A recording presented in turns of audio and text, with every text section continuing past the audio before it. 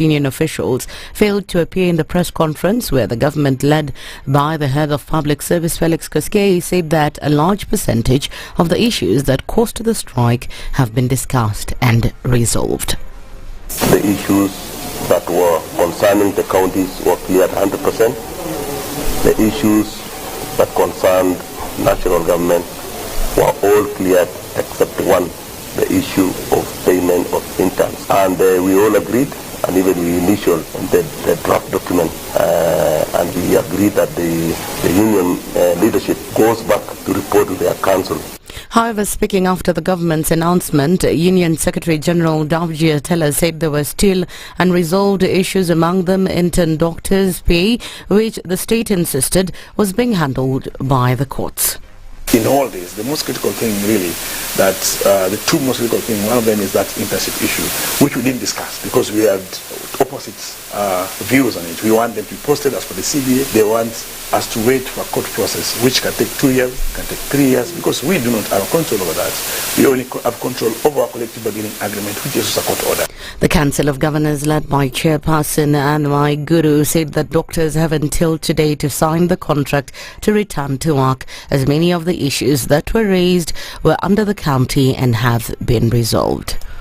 So as part of the whole nation approach, and also on behalf of the Council of Governors, I would like to confirm that yes, indeed, the various meetings that have been taking place have been fruitful. Just to affirm what Chair COG has said and Head of Public Service, that we are almost at the tail end of this process, so we are waiting for the affirmation. President William Ruto has lauded his administration's e-voucher system used to distribute fertilizer to farmers, saying it has eliminated cartels and improved efficiency. He further promised to find a permanent solution to all the issues that have been raised over the subsidized fertilizer. In the last 4 months, we have distributed 2.5 million bags of fertilizer to close to 500,000 farmers in Kenya, using an e-voucher that has eliminated cartels, roadblocks, bottlenecks, and has made the distribution of fertilizer efficient. Because of the e-voucher last year, which we used to distribute our fertilizer, and the efficiency it brought into our farming, we increased our production by 50% last year. On his part, Prime Cabinet Secretary Musalia Mudavadi called on African leaders to leverage on the power of innovation and technology in order to build a more resilient continent. Dealing with where we are going, the future of technology and connectivity, I think it is important that as Africa, we make sure that we are running fast enough not to be left behind. We cannot continue playing catch-up. The second aspect of it is that we should then also learn to use what we have and make sure that the ball is always ahead so that we find it there.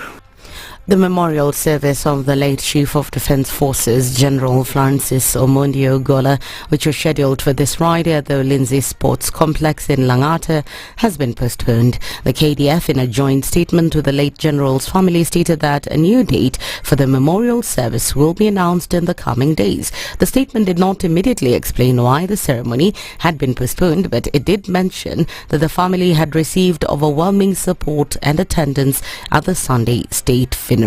That's the news wire. I'm Leah Ubaga.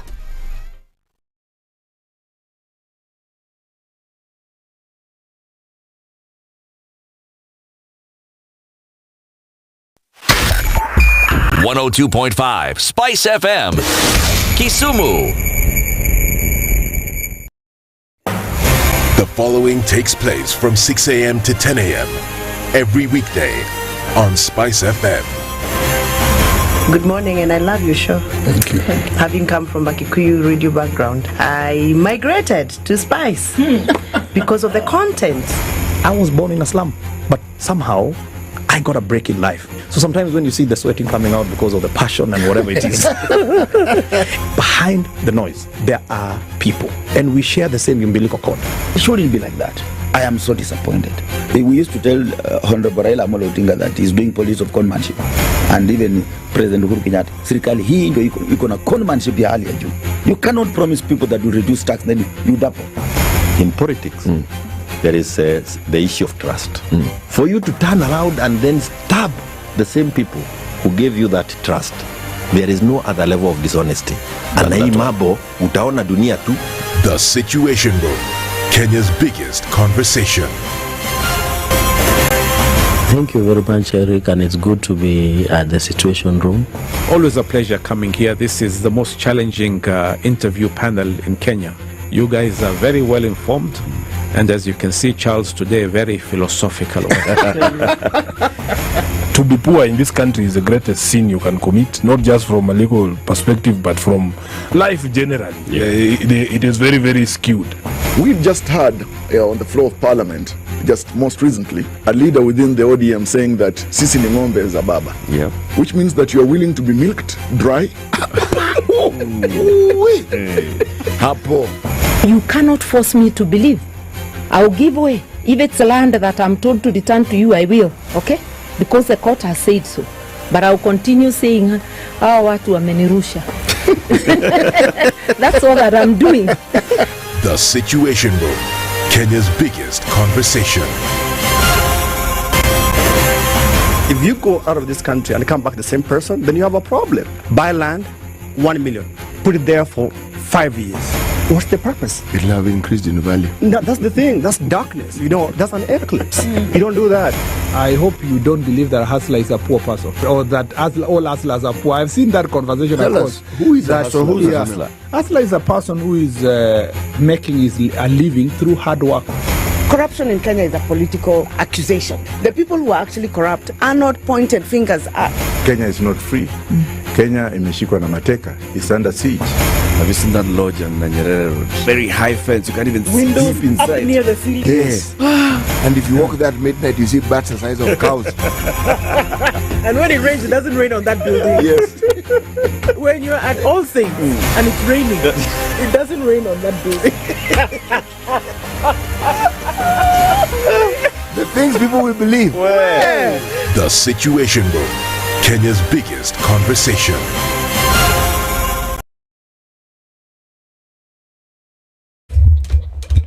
Good morning and welcome to Tuesday. All right, what's going on where you are this morning on those streets where, yes, we did see the rains coming down another day and it slowed things down considerably.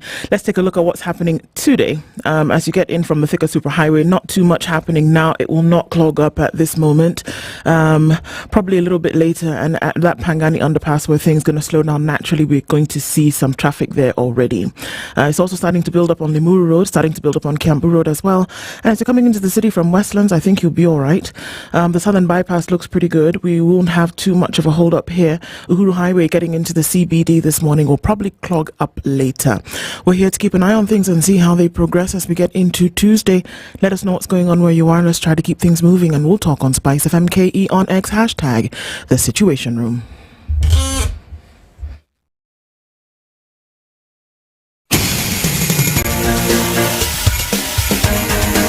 This is The Situation Room, the home of hard-hitting political commentary and penetrating insights about the state of the nation. This is a talk radio experience like no other. The Situation Room, a place for hard truths, debates, and elevated conversations. The Situation Room, witty, political, engaging, deep, controversial. In the room, we have C.T. Muga, researcher, academic, seasoned political observer, a fountain of wisdom in these politically uncertain times. Ndu Oko, Nigerian by birth, Kenyan by choice, communications expert, Pan-Africanist, a truth seeker and believer in people power, and Eric Latif, agent provocateur, the man in the chair, seasoned journalist, news hound, a man who believes in punching up, not down. This is The Situation Room, the only way to start your day. Indeed, it is the only way to start your day. It's 10 minutes after 6 o'clock, and welcome to the 20 what? Third. Yes, 23. 23rd of April. 23rd. Thank you very much. The 23rd of April. And here we are. The heavens have still opened and rain is coming down. Problems, I'm telling you. The aftermath of the stories that we heard yesterday, rather the stories that we heard in the aftermath of the rains that took place over the weekend and what continues to come down was actually quite crazy yesterday. And we're getting into it this morning. Siti, good morning. Ndu, good morning. How are you? Fine, thank you, Ndu. Very good. You're well? I'm well. I'm alive. Wait. Yeah. The heart is beating, so, you know, we might as well continue, right? Mm-hmm. Yeah. Mark Bichachi. How are you? I'm very well, thank you. Good morning. You do realize there's such a thing as brain dead, right? Exactly, that's why I had to touch my heart. At least I'm not sure about the brain, so I touched the heart and the heart is beating. So, okay, halfway. Halfway, so, so you're 50% there. We'll cross on the somehow. 23rd. Yes. Yeah. Correct. How are you? Excellent. Good to see you. Yeah, again. Long time no see. Yeah, Always a pleasure to be in the room where adults are. Fantastic. Great to have you here as well. So Eric Latif off for some days, and so the conversation continues. So just good to have everybody in the room as we look at certain things today. So a number of conversations that we will be having today. Already we can see some of you trickling in today. Thank you for already joining us. But as we get into that, let me tell you what we'll be talking about today. At 7 a.m.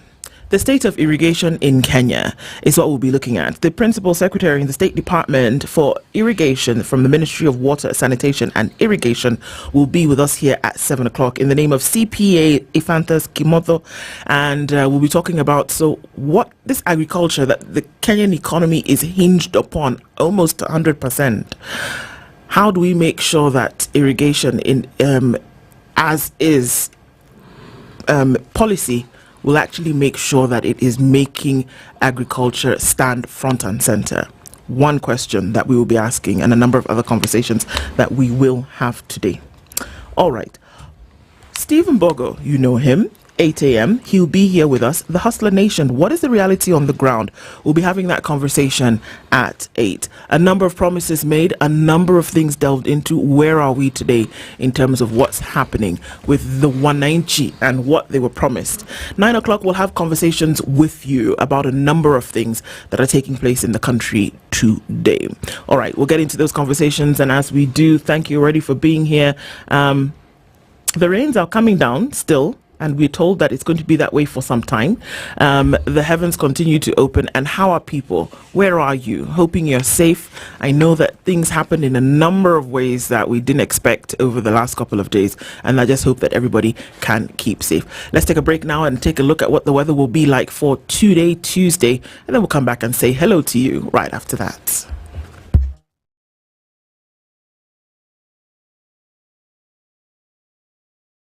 This is the Situation Room, the only way to start your day. This is one of the hottest show that we can ever miss in the morning, and it's a show that really gives a real situation in the Situation Room. Pleasure to be here. Thank you guys so much. Ndu, nice meeting you. Yeah. Even beautiful in person more than in photos. Say that again. Character is like pregnancy. You cannot hide it. You know, people hiding here and there, you know, but after 2-3 months, 5 months, now you see. Oh. So that is why the attitude that you were showing us, you're pregnant. It's like what my grandmother would say. You cannot pickpocket a naked man. How's that?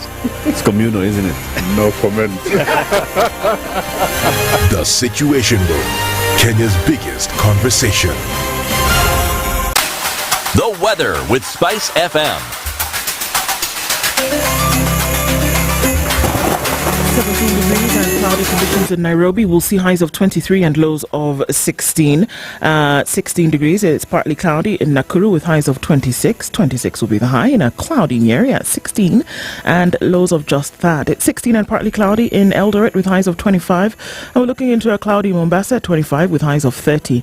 31 will be the high in a mostly clear Malindi currently at 25. And at 21, light rain showers in Kisumu. We'll see highs of 28 and it's cloudy leading towards rain in in Kakamega at 19 with highs of 28. As we look into Kampala, it's partly cloudy at 21 with highs of 27. And Dar es Salaam will see highs of 27, where it's raining this morning at 25. 17 and partly cloudy in Johannesburg with highs of 28, while looking into a mostly sunny Mogadishu at 26, we'll see highs of 32. It's cloudy at 15 in Addis Ababa with highs of 24, and into Lagos it's partly cloudy at 28 with highs of 33. And then into Kinshasa, partly cloudy at 24 with highs of 30, and into a mostly cloudy Beijing Tuesday afternoon, 15 degrees with highs of 21. It's 2 degrees in Paris, highs of 11, and London at 7 is raining.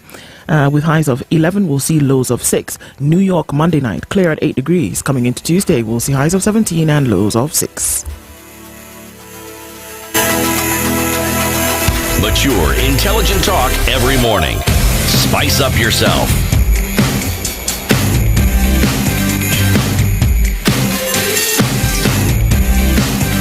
Mornings done right.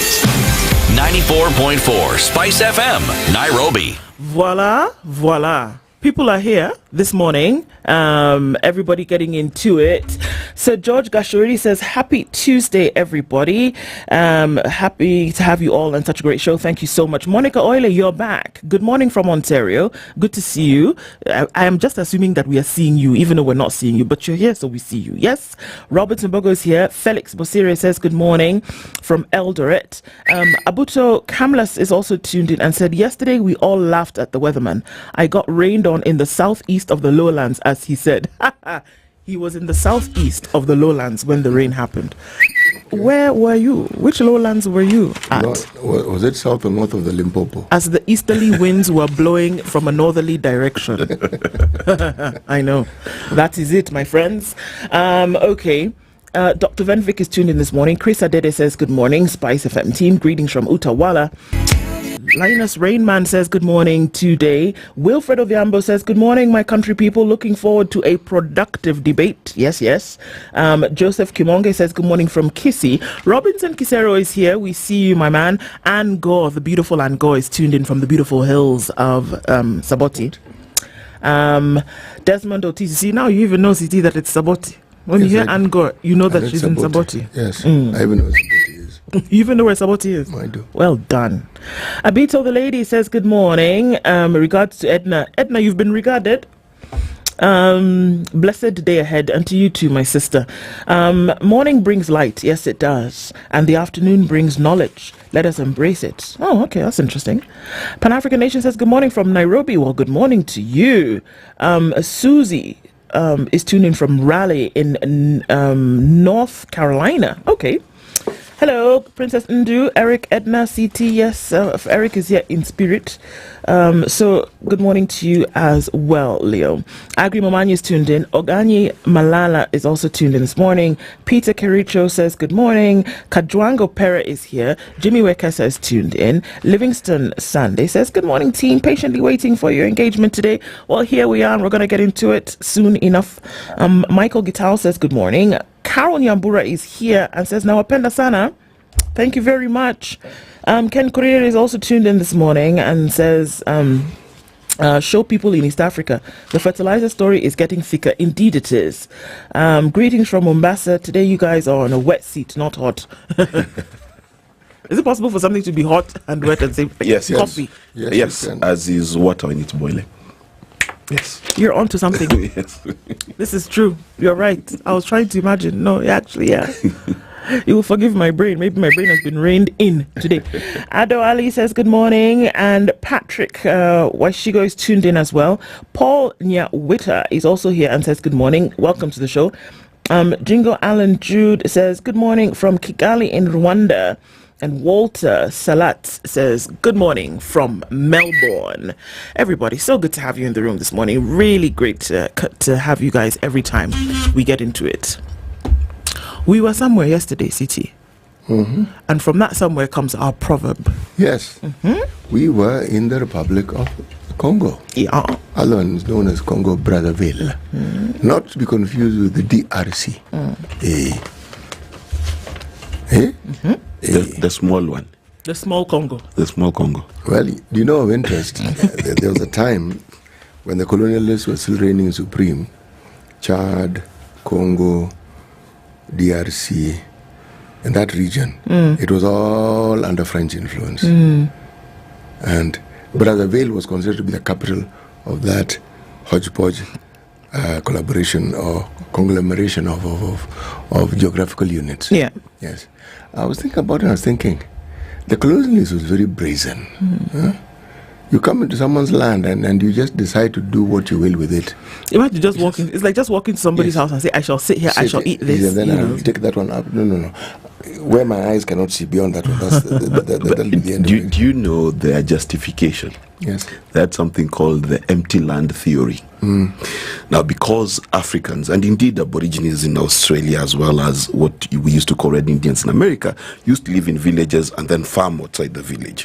So when they came, they said all that land is empty. So they're not taking land from the indigenous people. From the natives. Yes, they are simply occupying empty land. And of course civilizing us, because we had no civilization. Well, that's what they say. Yeah, according to them. It's what they said, but it is fascinating to observe how people will create narratives to justify what they want to do. Exactly. But let's leave the justification for the time being. Let's get to the proverb. Okay, shall we? Yes, please. Right. A boat of pity will never cross the water.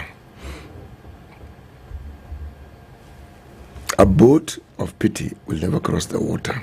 Wow. Now let me give you in the native language of the people of Congo. There are two. There's Lingala, bless you. Bwatu ya mawa ekatisaka ngambote. Bwatu ya mawa ekatisaka ngabote. A boat of pity will never cross the water. I am certain that I have massacred the language and ask the people of the Republic to forgive me. I am simply going to read it as it is written. I am sure they understand. Yes. Pity will take you nowhere, Kuku. Forget it. Yeah. You just wallow in it if you like. But very little progress will be made with pity. You can get up and dust off and keep moving, or you can just stay there and keep pitying yourself. It's like moving in the same spot and thinking you're moving forward. Could be just marching on the same spot. Wow. No matter the circumstance, or no matter the reason or the cause behind it, you can actually get up and keep it moving. Even motivational speakers don't use it as a motivator. What pity? Yeah. Even them, and they use everything. Yeah. Your anger, your bringing, push but through not your pity. anger. Yes, but not pity. Never take pity and ride on it. That's interesting. It's the one thing you can't ride on. Okay. Shall we take a look at the headlines? I'll do a couple, and then Mark will do a couple in CT. Let's look at the front page of the Standard. The cost of living, fact versus fiction. That's what's on the front page of the Standard today. Experts say the recent reduction in the cost of power and fuel, as well as the rally of the shilling against the dollar, has more to do with market forces than government interventions. Alar? Really? We were told that, the government is doing things. 134 is the exchange rate of the shilling against the dollar as of yesterday. 193.84 is the cost of a litre of super petrol in Nairobi this month, while diesel is retailing at 180.38 a litre. The reduction in the cost of super petrol since November last year, while that of diesel has reduced by 25 since October last year, is 23 shillings. 15.5% is the portion of non-performing loans in Nairobi 2024, up from 14.8% in Nairobi 2023. 3.26 shillings is the cost charge. Is the fuel cost charge per unit of electricity in April on account of reduced dispatch of power from thermal power from 4.33 per unit in January this year. So there's some numbers and they're doing the dance. We'll look at those in a minute. But that's what you're being told. It's not government intervention, it's market forces. Resign or we charge you. LSK tells Linturi on fertilizer scandal. You have done something and we're not going to sit back and watch. Okay, that should be interesting to look at. State pledges to strike a deal with doctors today. Today being Tuesday, there's a meeting that they're going to have. And according to them, at the end of it, there will be some handshaking and people will be off the streets and back into hospitals. Let's see. Africa internet connections are still far below potential. Terrorist doctor gets 12 years in jail. Muhammad Abdi Ali, who worked in Makwene County, was found guilty of recruiting people to ISIS and being in possession of articles related to terror activities and planning to carry out a terrorist attack using a biological agent in the form of anthrax bacteria. Good golly. Okay. And there's one that you might be interested in, Mark. Cases show war on fake certificates is a big battle. Court filings indicate that suspects in fake certificates accusations mount a big battle to block attempts to remove them from or vie for political office, a factor the government has to contend with in its renewed efforts. Again, that should be fun. We'll look into the details of that. On the front page of The Nation, flashy city pastor on the run after 600 million jobs racket. You wonder what? Exactly. Greener pastures. Pastor James Wanjohi of Christ Culture Ministries, of Jesus Culture Ministries easily stands out wherever he goes. But an overseas jobs placement syndicate linked to his firm and church has left a trail of shattered dreams and debilitating debt for hundreds of job seekers. 4,000 is the number of people who paid between 100 and 140,000 shillings for these overseas jobs. Hey, he's on the run now. Teachers oppose proposal of lower retirement age. The Kenya National Union of Teachers has opposed the proposed lowering of the retirement age for public servants to 55. The union holds that reducing the retirement age by 5 years would deny the country experienced workers. A new bill is seeking to reduce the retirement age. Okay, this is interesting. The doctors no-show at meeting that was supposed to end the strike. What happened? There was a meeting that was supposed to have taken place last night. There's another one that's supposed to take place today. But we're being told, you know what? It all ends today. Well, we shall see, shan't we? Mm-hmm. Okay. Let me start where you didn't emphasize. There are people who have magic money in this country. Okay. Like Jack and the Beanstalk and his magic beans. You see, these guys are people who make cooperative bank level profits. Mm-hmm. But to quote someone who changed his name, the entire staff is Baba Yao, Mama Yao, and Yao. 3 people. Staff of a bank. The profit that a bank makes, but is made by 3 people. Baba Yao, Mama Yao, and Yao. Those were the staff and directors. Okay. So basically, this country has to watch out. Whether it's a flashy pastor or flashy Nairobi businessman, we need to be very careful of magic money. Okay. But speaking of magic, Kenya Power to put 250 million into electric vehicle charging stations. So if you always wanted to buy a Tesla, this is your time. Buy a Tesla now. I'm not advertising for Tesla. They've not paid me. Okay. Atwoli convenes crisis meeting over Labor Day amid PSRA wrangles. Yes, some calling for the retirement of Atwoli. I have seen Atwoli as Kotu Secretary General since I could remembering. That might be trying to cut a mugumo tree with a razor. Okay. Yes. Ruto says digital access to key to Africa's economic potential. I fully agree. Digital?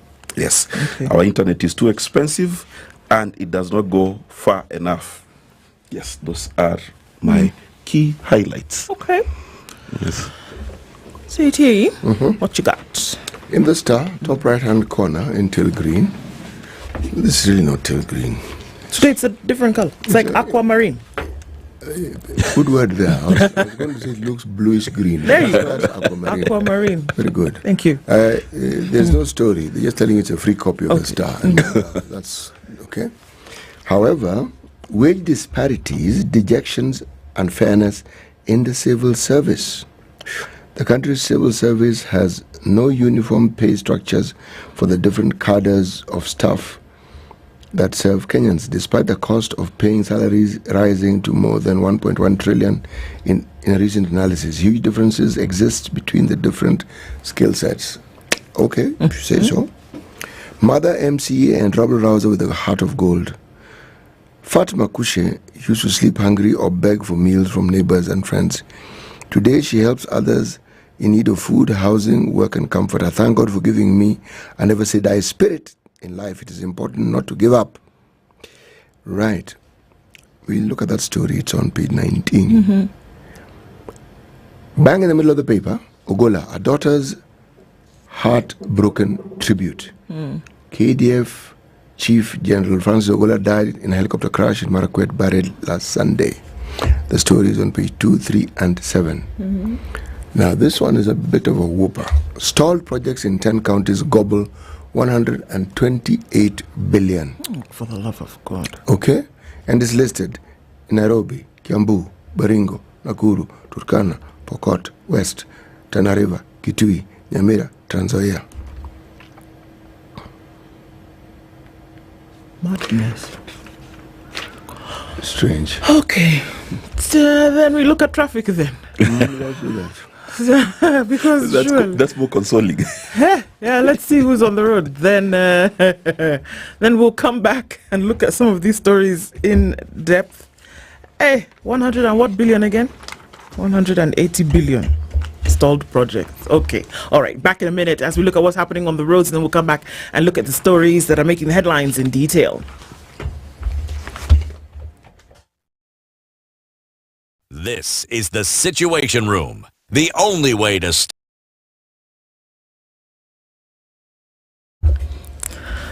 Not much changed. Still little traffic on the roads today. Everybody's getting where they need to be in a hurry this morning, it would appear. There's a hold up on the Thika Superhighway, and that's even way past surveys, just at the Pagani underpass. But we're starting to see a build up on the Thika Superhighway coming in from Kasarani area out then towards the CBD. If you take a look at what's coming into the CBD via the Globe Cinema roundabout, that's not too bad actually. And as you get roundabout Uhuru Highway, getting to and fro, I think you'll be all right. Coming on Jogo Road, a little bit of traffic as you pass the Makadara train station heading out towards Landis. Landis looks pretty good right about now as you head out towards Kamkunji. Wakulima, everybody, dropping their wares, fresh food this morning. We'll have some hold up there. And as that clears up, we'll probably see less of a hold up. All right, let's keep an eye on things. We'll get into traffic in about an hour or so, but let us know before then what's going on in your neck of the woods. Keep things moving. We'll talk on SpiceFM KE on X hashtag the Situation Room. Spice FM. Spice up your life. Mature, intelligent talk every morning. Spice up yourself.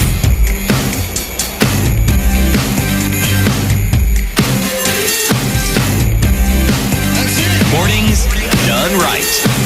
94.4 Spice FM, Nairobi. Okay, so let's look at the story about the LSK and then we'll come to others, right? Now, the LSK threatens to sue Linturi and push MPs over fake fertilizer scandal. This thing has not gone away, has it? It has not. The Law Society of Kenya is demanding action against perpetrators of the fake fertilizer scandal. LSK President Faith Adhiambo gave Cabinet Secretary Mithika Linturi 7 days to explain measures taken to address the fertilizer scandal that has left farmers counting losses, failure to which the society will take action against him. Okay? Should the ministry fail to put in place the recommended and other necessary measures by the lapse of our demand period, we will take necessary action against all parties involved and bestowed with authority in this matter, she said during a press briefing in Nairobi. LSK said it will petition Parliament for immediate removal of CS Linturi from the office of Cabinet Secretary on the grounds of gross misconduct, violation of the Constitution, and incompetence to hold public office. She said the society will also pursue legal action on behalf of the farmers against the ministry, Linturi in his personal capacity, National Cereals and Produce Board, Kenya Bureau of Standards, and all other responsible officials for damages incurred by farmers for their involvement in the fertilizer scam. The LSK boss decried that the National Fertilizer Subsidy Program, which was rolled out as a source of relief for farmers, but turned out to be a conduit for fraud to obtain money from unsuspecting farmers who suffer the brunt of unyielding investment in fake fertilizers. So what was meant for good turned out not to be for good, and the LSK is saying, okay, if nobody wants to lead the charge, this is one of our roles and responsibilities, our mandate. We will actually lead the charge. And we're not even asking you to come and apologize. We're asking you to leave the job. Leave office, and then we can have a discussion. If you are not going to do that by the time we have stipulated, we will now push Parliament to do it. Okay. One of the topics we're discussing today is whether there is sufficient opposition in this country. So I don't know whether threatening someone in Kenya by parliament can actually be considered a threat. Sorry, what now? If I threaten you with parliamentary action, can that be considered a threat in this country? No, I think it's more of an encouragement. It's definitely not a threat. It is like saying you have malaria and I'll give you a saline injection. Yeah, because we're going to push Parliament, and you have to look at Parliament in its totality and say, this is the house that you want to push to ask this fellow to leave office. Oh, wow. There's only one person who can push Linturi. That is Dr. President William Ruto. Everyone else will not do anything. Let's not color it. Yes, you see, and you can see even in the Nation page 6, where Halale has quite eloquently put across that he's asking the president to take action. But the thing is, we must also look at the genesis of this issue and how things get into this country, how things get distributed in this country, whether they were free or not, whether they got adulterated or not. It just tells you that as a country, our systems can thoroughly let us down. You know what? I said it, and I'm going to say it again. I don't see this thing going anywhere. It is going to be a story, and it's going to go down in the books. In 2024, there was a maize, you see the way we talk about the maize scandal? Yes. We're going to be talking about the fertilizer scandal. We will say in 2024, there was a fertilizer scandal, and people called each other things that were off color, and people got cattle dung in bags that were meant to be fertilizer, and it was a terrible time. It was the best of times. It was the worst of times. And it's going to end. All this, petitioning Parliament, summoning people, investigative committee, senators are sitting, wasting time. And they know very well that they're not going to. That's the thing that irritates me to death. You sit, you waste time, man hours going down, and you know very well that you're not going to do anything. What did John, our colleague, say? He said, the people who are investigating this thing are among the people who are involved in the thing in the first place. I beg, wasting time. Like I told City when I was coming in, sometimes Kenya feels like Sinaloa.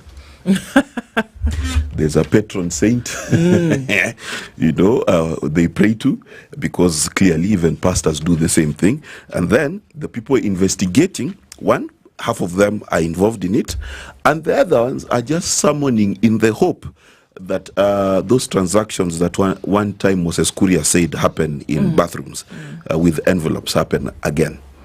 So it's either you're involved or you're waiting for a very nice envelope that will fatten your wallet. Or convince you in one direction or another. Yes. Oh, yeah. Let me ask you if we can consider some of the actions that are taken in circumstances such as the ones we find ourselves in this country may even appear futile. But if I just cast my mind into maybe a distant past, when in countries where you found gangsters and thugs literally ruling the roost, and it appeared like nothing could happen, and over time law enforcement officers had tried, they were either killed or bribed, and the story went on. However, the things that eventually got these people arrested were so innocuous, it was almost ridiculous. Yeah. Okay? I think, yes, the threats sometimes mean nothing because it's words.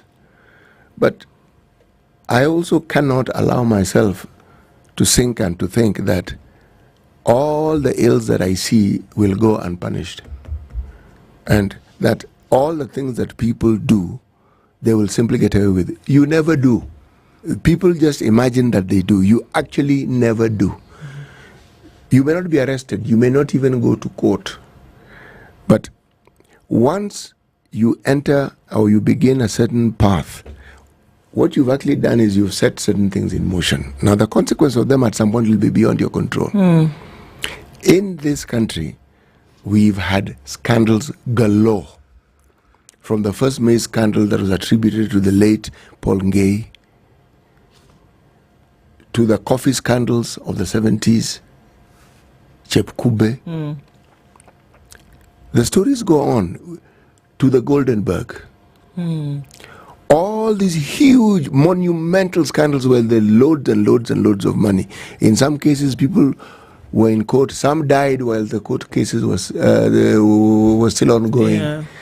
But the damage usually is in this. The moment you are mentioned, if only you are just alone, you never are. It will affect the people closest to you. I've heard people saying, but in Kenya it doesn't matter anymore. Actually, it does. It does matter. It does. It does. If it didn't matter, we wouldn't talk about it as much as we do. So we're talking about CT. What you're saying is that there will be a suffering untold that you will go through as an individual. Whether or not you're indicted by the institutions that be in today. Because this is what I'm saying. Unfortunately, I don't see the institutions of the day actually doing anything that is going to bring individuals to book. I don't think it would be far-fetched of an idea to say that today those involved in this scam or in this scandal are known. In whatever circles, it's known who did this or who did what. The likelihood that they will be brought to book, as we see, in front of people, brought to book, prosecuted, whatever, that will happen, for me, it's very, very low on the percentage scale. But what you're saying is that there is a suffering untold that they will go through, even if it is not public. I am simply saying you set in motion when you do wrong and you purport that it is right, or you convince yourself it is right. Convince yourself away as you see fit. But you've set in motion certain things. Do you really think that when you have had turmoils that we refer to as revolts or revolutions, the signs were always there? But do you know why people are caught flat-footed? They assumed nothing will happen. That's the point. Yeah. So much noise was made for so long, it was assumed, it's the same noise. And then something that you couldn't possibly have foreseen happens. And that's the thing. It happens. Robert Mugabe is a classic example. He just fired one guy. Just fired one. That is very true. But at the end of the day, like I said, there is one person in this country who has all the ability to turn this around if he chooses to, and that's our president. He's the one person who can influence parliament and get his way. He can make a decision, or he can use his political power. He has a lot of the buck stopping at his desk. That he can do while he still has that power. Yeah. The things that political individuals forget, that actually the power you have is given to you. It is donated for a while. It isn't for infinity. Yeah. No. So long as people are willing to listen to you, you have power. Should they decide not to listen, that's the end of your power. It's not complicated. And what is it that brings about this situation where people decide, please continue talking to yourself? Okay? One can't tell. You don't know when it happens.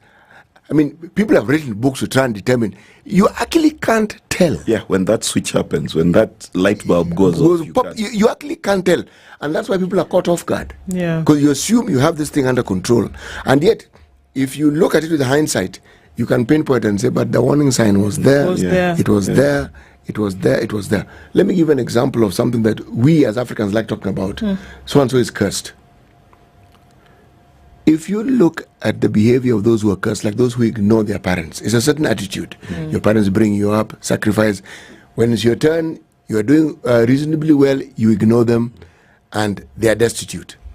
Now, I am of this belief. The curse we speak of is because somebody has that attitude. What they do is they set in motion. They don't realize, but they've set in motion certain things which will catch up with them eventually. One, you probably have children who watch what you're doing to their grandparents. True. If you don't die young, you will be old as well. And what do you think? Do you really think you'll escape the fate that you subscribed to your parents? You've taught them what to do. Yeah. I'm simply saying that it may sound like wishful thinking. It's just a simple fact. Each one of us sitting in this room here went to school with people, some were even much, much brighter than we were. But in many cases, you'll find that the one thing that probably distinguished you from the others was something called discipline. Somebody may be brighter. If they have no discipline, they won't do much with their lives. Nope. True. Reminds me of the Arab Spring. Yes. Just one city council worker really made one person angry, just a vendor. Yes. And the guy decided to go and immolate himself. And not one country, not two, not three. And not just 10, 15 years ago, Syria to date has not recovered. No. The moment of justice, they say the arc of the universe tends towards justice. That is true. And one day we shall see justice too. But sometimes as we wait for it, it feels quite impossible. What we don't see is that the wheels may have started moving, just not looking at it, because you're overwhelmed by these things that we're talking about. You mentioned the Arab Spring. What do you think happened to Sudan? Wheat's price of bread. There's that was Egypt, bloody bread. Yeah. No, it was also Sudan. It was also Sudan. Yes. You're right. Yeah. But when you think about it, who would have thought that situation would land Sudan where it is today, where there's no end in sight? Not Bashir, I can tell you for free. He could not see that one coming. No, he couldn't see that coming. And who could have seen that people who were together in the military split, and the fight between them is vicious. Right. Yes. And it has torn the country. Who would have seen it? No one. In fact, when the war started, everyone was caught flat-footed. Completely. Completely flat-footed. Yeah. And then the aftermath of that war. It hasn't ended. Yeah. And look at the effect it has on the neighbors. All I'm saying is, people sometimes lose hope and feel, one does not see an end in sight. So they resign and say, okay, this is where we are, and it is okay. Very, very few things remain that way. I am simply a budding student of history, and when I look, I can see that when you do certain things, again I say, you set in motion things which at some point you will not be able to control. It's not that complicated. True. All right, what are the stories we're looking at? Well, these two things. Teachers oppose proposal to lower retirement age, and doctors no show at a meeting. A state seeks to end strike. This country needs to decide what is our relationship with our essential service providers. It is not a 2024 thing. It is not a when was the last strike? 2018. It is not a Kibaki thing. It is not a Moi thing. It's something that as a country in our DNA, we have lost the respect, one, for teachers. We used to go to the village and someone being called Mwalimu was such an important statement. Was actually a revered person. Yes. And they're still revered. In fact, yesterday I got a call from one of my primary school teachers, and I was seated down.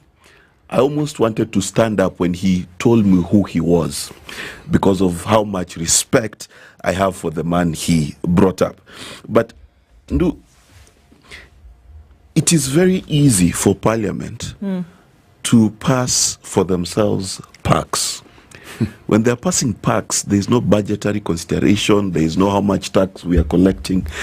But when it comes to teachers, doctors, what have you, as a country, it's as if we feel pain to reward these people for what they do. And I think it's critical we change. And when I knew this thing was really, really bad, people resigned to go campaign in 2022.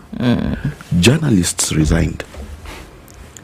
Some whose salaries I know were more than what an MP makes. Professionals resigned to go be politicians.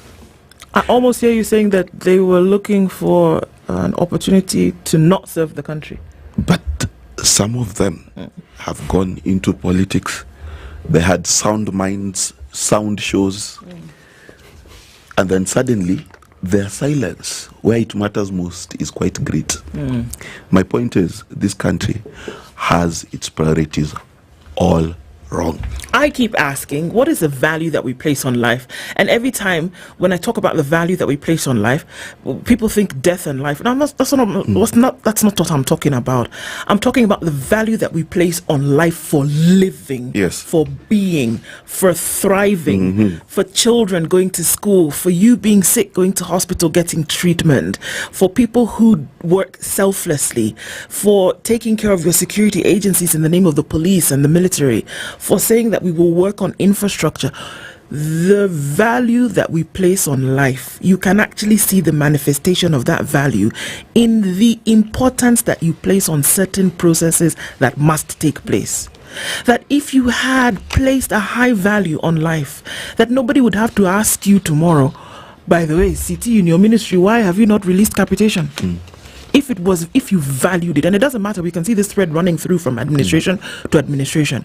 If you actually valued the education, the foundations that you're setting up for children, if you valued that life, nobody would have to ask you twice, why are you not doing 1, 2, 3? We would not have a doctor's strike for 5-6 weeks.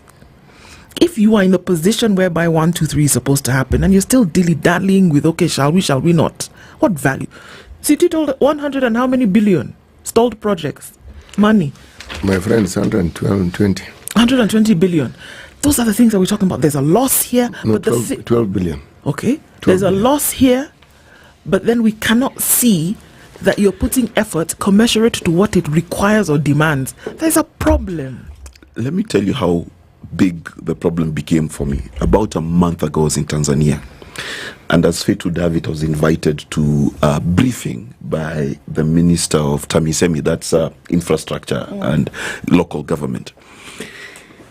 Tanzania, in the last 4 years, has built 2,000 new schools and staffed the schools and built over 10,000 houses for the teachers in those schools.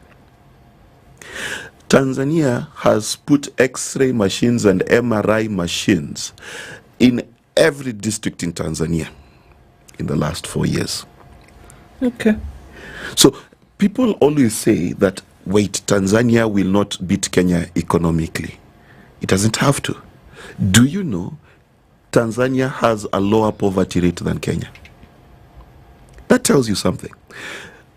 The economic term, for what you're saying, is the Human Development Index.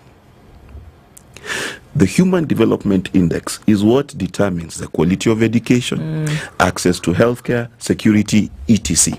So you can develop and have a huge economy as India does, but also your people might have poverty unimaginable as India does. And that is the thing that Kenya needs to change. Why? You know, this story of Kenya being ahead of Tanzania economically, it's a myth.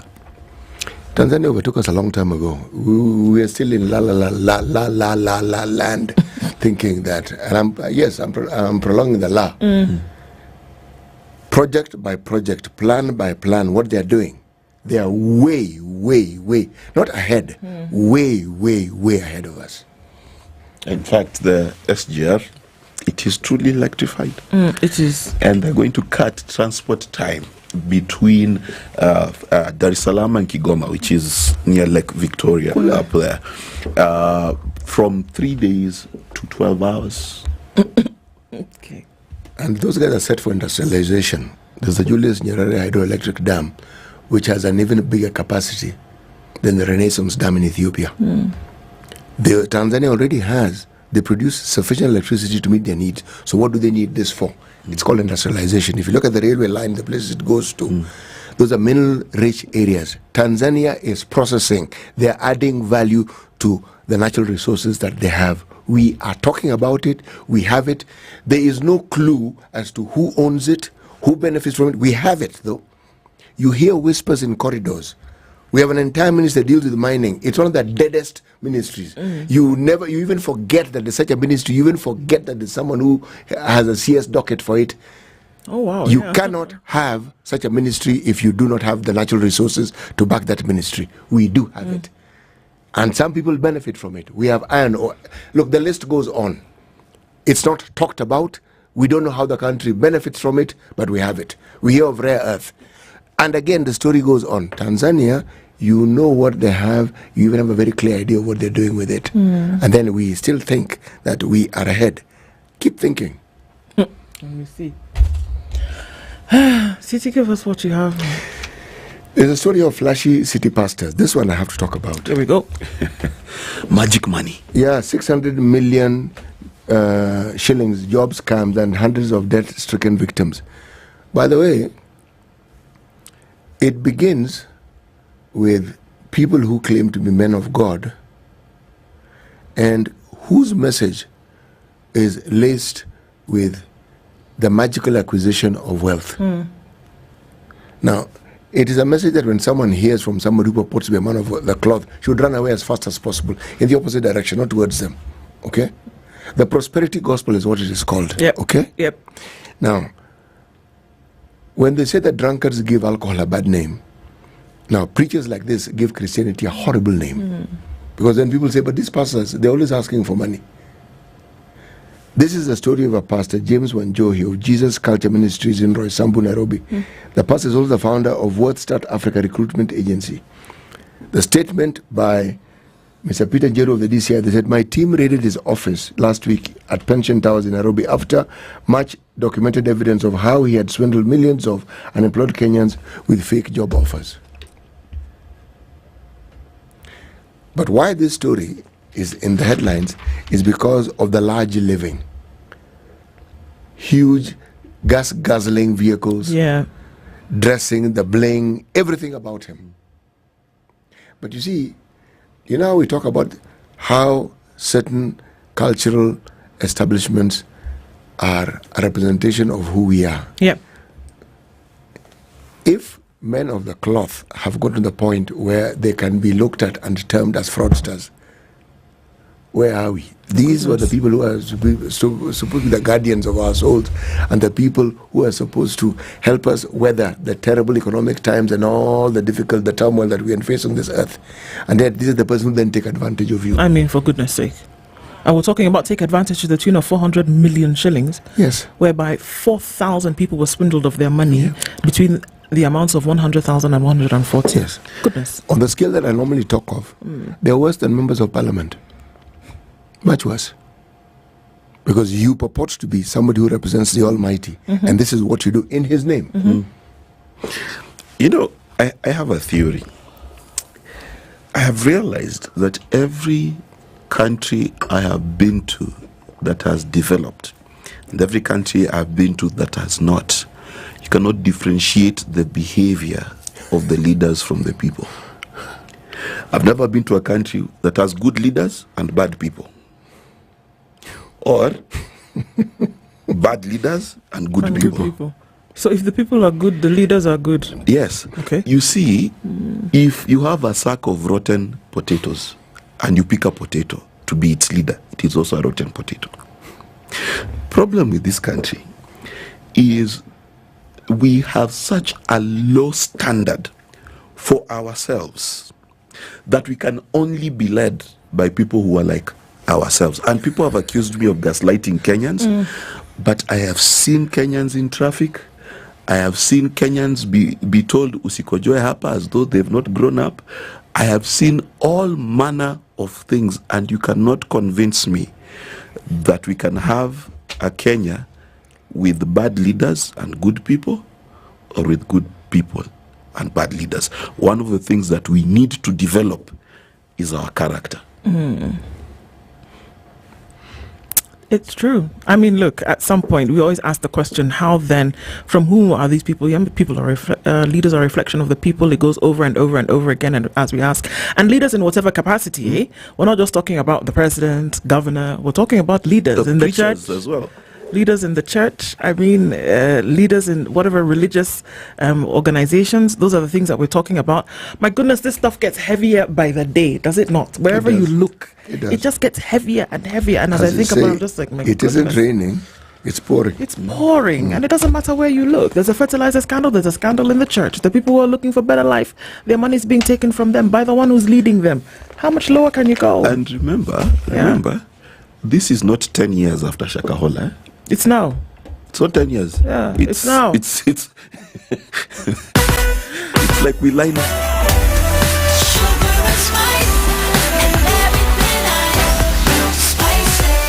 Spice up your life.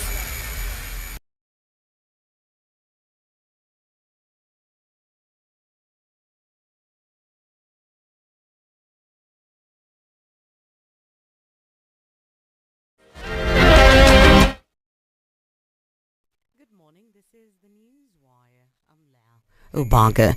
The historical backlog in the processing of the Kenyan passport has been conclusively resolved, and the bottlenecks that had resulted in frustration of many applicants addressed. Interior Cabinet Secretary Kithure Kindiki says the government has facilitated the acquisition of adequate passport printing equipment, paid all the pending supplier bills, and addressed the supply chain constraints. Kindiki reiterates that effective of next month, all applicants for the Kenyan passport will be processed within 21 days from the date of application. He adds that this period will reduce to 7 days from 1st August and 3 days from 1st September. The Law Society of Kenya has given the government 7 days to compensate farmers who are affected by the fake fertilizer scandal, failure to which they'll move to court. LSK President Faith Odhiambo also urged all affected farmers to report to the lawyers' bodies' offices countrywide. Odhiambo said Agriculture Cabinet Secretary Mithika Linturi and CPB and KEBS should be held responsible for the scandal. On the Cabinet Secretary to take responsibility, ensure that he carries out proper investigation on this scandal, that we may have the persons who are responsible for this scandal held to account. We have members of the public, particularly the farmers who have been affected by this scandal. They need to be compensated for any loss or the fertilizer that, any fake fertilizer that may have been issued to them.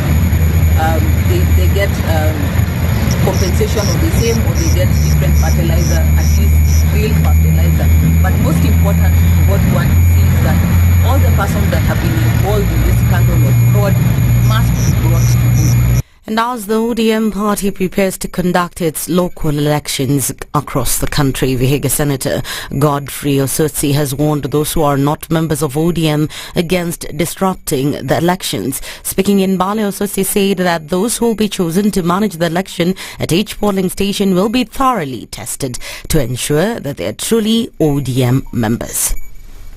Na wale ambao wanapanga kuingilia uchaguzi wa chama cha ODM, mimi kama senator wa hii county nataka kuwaonya, msijaribu hata kidogo, kwa sababu hamtapata hiyo nafasi. Wale ambao watachaguliwa kwa polling station watakuwa wale wanachama wa ODM ambao wamejulikana, wale ambao wametembea na chama. Mambo ya vyama ingine hiyo mchezo yenu mpeleke mahali ingine. Hapa Vihiga tunafanya mambo yetu kwa njia ya utaratibu na tutachaguana vizuri. Osotsi has further advised ANC members to join ODM as soon as the party is disbanded. Na wale ambao wanataka kuhamia vyama ingine, kama mmesikia chama cha ANC kwamba wanaenda UDA, sisi tunawaambia mko na demokrasia ya kwenda, lakini wale wa ANC ambao watakataa kwenda UDA tunawaambia waingie ndani ya chama cha ODM. Na viongozi wengi hata wale ambao walichaguliwa wa ANC wameniambia kwamba kama ANC inaenda kufunga milango, kama inaenda kubomolewa, watabeba virago yao yote waingie ndani ya chama cha ODM, na tunawakaribisha. Even as the UDA elections are set to begin on Friday, ODM's party local elections will begin on Saturday in Kwale, Busia and Siaya counties. A family in Shinyalu, Kakamega County is living in fear after a gang of unknown people invaded a resident's house and then killed him by brutally hacking him to death and even cut his wife's face when she tried to raise an alarm. The wife of the deceased says the gang of 10 that brutally murdered her husband may have been sent by a relative whom they had a disagreement with. Miti zilikatwa hapa zote kutoka hapa juu mpaka hapo chini kwa mto, na hakuna, na bwanangu hajapokea chochote, hata mimi sikupokea chochote, na hizo kuni ziliuzu ati tuliipa lori moja. Vile wali assistant chief alisema tupeane 15,000. Bwanangu aliitikia akampea 15,000, alipea huyo mtu 15,000. Sasa tangu siku ile na mazishi vile ilikuwa hapa, waliambia bwanangu akihudhuria hiyo mazishi atauawa. Walisema bwanangu ndiye aliua mzee, na bwanangu hakuwa mzee. Mzee alikufa, kifo yake alikuwa na ugonjwa wa sukari na ugonjwa wa pressure. That's the Newswire. I'm Leah Obaga.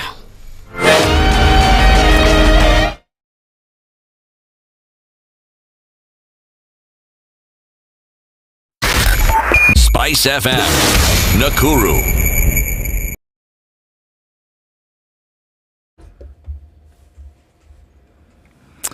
Okay, so at a few minutes after 7 o'clock, looking at traffic in the city, not too terrible coming off a thicker superhighway as we would expect. We'll see some of that going out towards the CBD. And let's take a look at what's coming off of Manyanja Road. It's going to cross over towards Jogo Road. Some traffic also then heavy as you come in from Survey towards the CBD. Kiambu Road is also starting to build up, but again, all manageable, at least for now.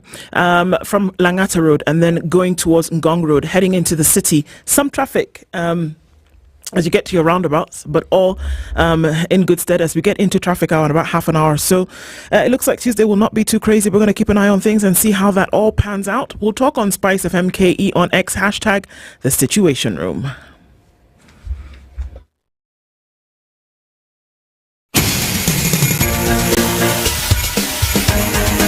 This is The Situation Room, the home of hard-hitting political commentary and penetrating insights about the state of the nation. This is a talk radio experience like no other. The Situation Room, a place for hard truths, debates, and elevated conversations. The Situation Room, witty, political, engaging, deep, controversial. In the room, we have C.T. Muga, researcher, academic, seasoned political observer, a fountain of wisdom in these politically uncertain times. Ndu Oko, Nigerian by birth, Kenyan by choice, communications expert, Pan-Africanist, a truth seeker and believer in people power, and Eric Latin, agent provocateur, the man in the chair, seasoned journalist, news hound, a man who believes in punching up, not down.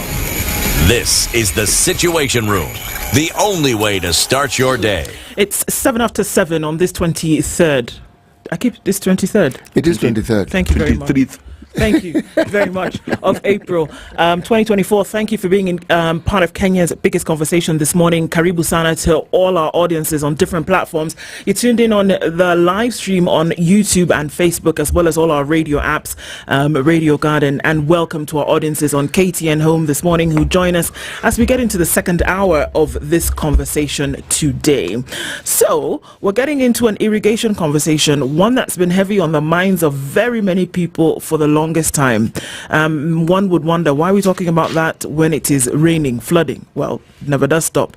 The Principal Secretary in the State Department for Irrigation in the Ministry of Water, Sanitation and Irrigation is our guest this hour. Our guest host this morning is Mark Bichachi, pushing conversations with us as we continue this morning. All right. CPA Ephantus Kimotho is the Permanent Secretary in the State Department and is here with us this morning. PS, good morning. Morning. Karibu sana. Today. Well, thank you for being here. Many conversations that we'll have, and as we wrap around that today, Principal Secretary, as we wrap around that today, we will get into our proverb. CT goes around the continent and picks up proverbs from different countries. This week, he is in he's in the Republic of Congo. Yes. Not be confused with the Democratic Republic of Congo, otherwise known as DRC. This is Congo Brazzaville. Yes, to distinguish the two. It's like you have Sudan, Southern Sudan, and you have Sudan Khartoum, so you know which Sudan you're speaking of. The proverb: a boat of pity will never cross the water. PS, what do you think about this? Thanks for that. But I'm not very good in proverbs, but I'll give it a try. Thank you. It means you can't make it if you're not confident of yourself. You've explained it well and simple. Yep. Yes. Because when someone wallows in pity, what does it tell you about them? Something has happened, yes. You could move along, but you've decided to stay in one spot, pitying yourself. There's no movement there. True. Yes. Indeed. Okay, well, moving on a boat of water, moving along water issues, irrigation, right in front of center, right, in the middle of that. Let's start off with understanding what this particular department is meant to do. What is the mandate of your department, even as we look at irrigation and delivering for this country? Yeah, thank you for that. Maybe I'll start by just saying why the particular mandate, just before I dive into the mandate. As you all know, we've had a lot of effects of climate change because of climate change, and that has affected the rain-fed agriculture. So it's no longer sustainable. And as a result of that, irrigation now becomes the way forward to actually look into matters food security. Coming back to the mandate, our mandate as a State Department of Irrigation is to increase the area under irrigation. Currently, using just the normal runway, surface water, we have a potential of irrigating around 1.9 million acres. But using the dams, we have a potential of irrigating 3 million. So our mandate actually is to increase the area under irrigation. We have a target of putting, currently the area under irrigation is 694,000. We have a target of increasing that to 1.2 million acres. So that's the first mandate. The second mandate is actually to impound water, store water, harvest and store water for the same purpose of irrigation. Irrigation is a big consumer of water. Actually, in any particular dam, you find irrigation consumes around 87% of the water. So for us to have sustainable agriculture, we need to dam water and store water. So that's our second mandate. The third mandate is actually to do production, particularly on rice. We recognize at least almost 90% of the rice that we consume is actually under irrigated, mostly from our schemes. So I'll say the main mandate of the State Department is those three that I've just mentioned. Okay. Now, how do we see that this is playing a role specifically? And if you look around the country, and a lot of rain-fed agriculture is what has been dependent on, isn't it? Yeah, sure. How do we see that irrigation, from a policy point of view and also then implementation, will then ensure that agriculture, no matter what, we're talking about whether there is rain or not, whether there are lower levels of rain or not, that agriculture then will continue to receive what it needs to be able to now give yields in the country? What would be needed for that to happen? For us to continue in production, the main thing, despite the drought and everything, we need to be a little bit resilient. And to be resilient, what we need to do, we need to invest a lot in storage. Like now when it's raining, we've done quite a number of water pans, which will be very helpful 6 months after the rains. Remember also sometimes 2 years ago, we suffered some droughts and we lost a lot of livestock. To avert such things, that's why we find the issue of coming up with water pans, fodder, and the likes. That's what actually will actually save. So, and that is actually done through irrigation. Yeah. Well, P.S., you talked about increasing the amount of land that is under irrigation from around 700,000 to 1.2 million. In how long is this supposed to happen, and also in which areas? Because I'm quite curious about how we are reclaiming the northern parts of our country, because there's a lot of potential there. Yeah, So we intend to do that by 2027. This year alone, let's say not this year, last year alone, we were able to put an additional 47,933 acres under irrigation. This particular year, our target is to actually put 60,000 under irrigation. And so far, as we talk, 2 weeks ago, we had Loanzoia, which cuts across Busia and Siaya, water flowing. It has been a project that has been there from 2018. So that alone will give us 10,000. This year alone also, in early in the year, we commissioned His Excellency the President commissioned Meru Moja in Meru, which is around 500 acres. Earlier we had done Kaigonji, 1,500. In short, the community projects we've done so far, we've done over 5,000 acres. Then the Loanzoia. So far, I can say we're on track because we already have 15,000 acres, which has already been put under irrigation. In every time I talk to someone in government, and whichever docket they're in, and we ask them what it is the government has done, I'm really fascinated at just how much gets done, and yet we have absolutely no idea that it's being done. Well, it's a story that we in the media keep saying, why doesn't the government talk more about what it is doing so that people actually know? But let me ask this question. When you talk about surface water being sufficient to achieve a certain amount of progress, the question I ask is, have we actually set in motion processes that would optimize water? Like now, there's so much water, they say water everywhere, isn't it? Yeah, true. Do we have a process, a plan, a strategy that when we have an abundance of water like now, yes, you have water pans, you have some dams, I'd just like to know what the plan is, what the strategy is, and how it is we plan to increase all such facilities so that when we have rain like this, as you say correctly, forget 6 months, 8 months down the line, we'll still be benefiting from it. So that when we have the next cycle of rain, it actually finds that we don't go into that period like the 3-year drought period that we went through. Okay. So actually, you're right. We actually in the process of mapping up the country, and we are coming with an irrigation master plan for each basin, and that will determine the method of water security you're going to use. An example in the northern eastern, where we may not have quite a number of rivers, but when it rains, we have a lot of laggers.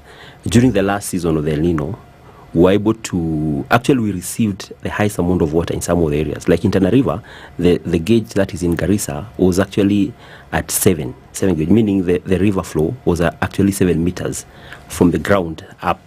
It was the highest ever since independence. So, but along there, we are actually able to, this is what is called laggers. Laggers, this is where you have, when rain flows, when it rains, after the rain, there's a lot of water that flows. That's what we normally call laggers. Yeah. The laggers, we have like 63 laggers, very huge laggers. These are like huge rivers, temporary rivers. We have like 63 of them. So during El Nino, what we did, we actually mapped up 63 of them, which has a potential of impounding 480 million liters. So with that, what we've done, in each and every ward or where there is a lagger, we actually have mapped out an area. Now after knowing the amount of water, we've gone another step now further and map out where we can do a potential water pan. And this time round, we are doing very huge water pans which are going to be 750,000 cubic, as opposed to before when we were doing small water pans of around 100,000 cubic, which will only sustain you for around 3-4 months. But now the 1 million cubic water, big, actually like small dams. Those ones can sustain you for a period of almost 1 year. And over and above that, what you're doing, you're also identifying an area, because in those northern eastern areas, you have a lot of piece of land. We're identifying an area whereby you can do fodder, irrigated fodder. So that, with irrigated fodder and the storage, that will enhance and the issue of drought going forward. So that's now on the northern part of it. On other areas where we have, where I said where we have service flow, that's where now we are focusing more on irrigation. Places like what I just said, Loanzoia, we have a lot of water flowing before we tap it before it gets to Lake Victoria. Then when we talk about Mombasa, we have Moache Dam, which will be complete in the next 2 years. Moache Dam actually will help us impound over 124 million cubic liters. So we will be tapping water just before it gets to Indian Ocean. Moache Dam is in Kwale County. So those are some of the plans that are there. We also have Uma Dam in Kitui. Those are the dams which are now ongoing. Like Moache Dam should be complete by 2026. It's already ongoing. Then we have Soinkor in West Pokot. We have Soimurunyi in West Pokot. So those are some of the plans which are there. Okay. So are we saying essentially that with these plans in place, or let's even look at before the plans, that there would be policy whereby it goes towards implementation, whereby around the country, places whereby we would depend on to be able to deliver produce in terms of agriculture, that can actually be water fed throughout the year as a result of these projects that are being put in place. So essentially what we're saying is that with these, there will not be a time whereby yields will suffer or crop will be low because of lack of water. Yeah, actually, in essence, that's what you're saying. We are saying like even the northern eastern part, with those dams, we'll have consistent food security because of those plants. Like for example, also in Radat, we have a dam. In Baringo, we have a dam called Radat, which will help us impound around 124 million cubic and help us put to production around 24,000 acres. When you go to a place like Turkana, again, where we also have a huge challenge, we have a dam called Lowat Dam, which again will also help us impound around 324 million cubic. So with that, with the implementation of those dams, it's, as you've rightly put it, we'll be able to sustainably and reduce our imports drastically in this particular country. Piers, I have a question. Talking about Western Kenya and Nyanza and the likes, the Ethiopian Renaissance Dam has had issues with Egypt, and we know there's a treaty going back to the 1920s about Egypt and things like that. How are you handling that particular area, given that that is still the breadbasket of Kenya? Yeah, so I think when you talk about, I think the one you talk about in Ethiopia had actually, that's a transboundary. It has an issue of transboundary, but the one for Western doesn't have those effects. Like the I've just talked about, Luanzoia. Luanzoia has a lot of flow that even at times it becomes a havoc. We have to use dikes to actually control. That's the same one that goes all the way to places like Budalangi. So with what we are doing, actually, we're even trying to control. We also, in the process, we're also doing flood mitigation and such like. At the same time, we are trying to stop a havoc. At the same time, we're also trying to create food security for the area. But please talk a little bit about containing and averting the havoc. What is it that is done? For instance, what causes flooding? I know there's a lot of water from a layman's point of view, but is it something that can be averted? Is it something that can be contained? Yeah, so flooding is an overflow. Yes, it is an overflow. Yeah, and that overflow, one way to manage it is through dikes. And the other way to manage it is through storage, which are some of the issues you're saying. Actually, you'll realize when you dam water, you actually control flooding, because what you do when you come up with a dam, like for example Tana River, which actually normally has a very huge impact whenever it rains. When we dam high ground fall, in essence what we'll do, we'll have control. High ground fall is 5.6 million cubic. When you dam it, you actually control the river flow. And actually, the other alternative of the advantage of damming is that also you prolong the period of the flow of water over time. There's if you fly towards Lamu during the rainy season, you are met with a very interesting spectacle. That is the Tana River, even as it weaves its way into the Indian Ocean, because you see this brown, sinewy snake-like movement. Okay. And then as you get towards the ocean, the place where now the river gets into the ocean, it's brown. Right. Okay. It's actually a bit puzzling to the mind before you realize, it's the river that has gone into. Now, how useful is dredging of rivers? And I'm going to explain to you why this concerns me. I come from the Kano Plains, okay, in Luo Nyanza. And there's a river called River Nyando. Songs have been sung about it. Now, when it floods,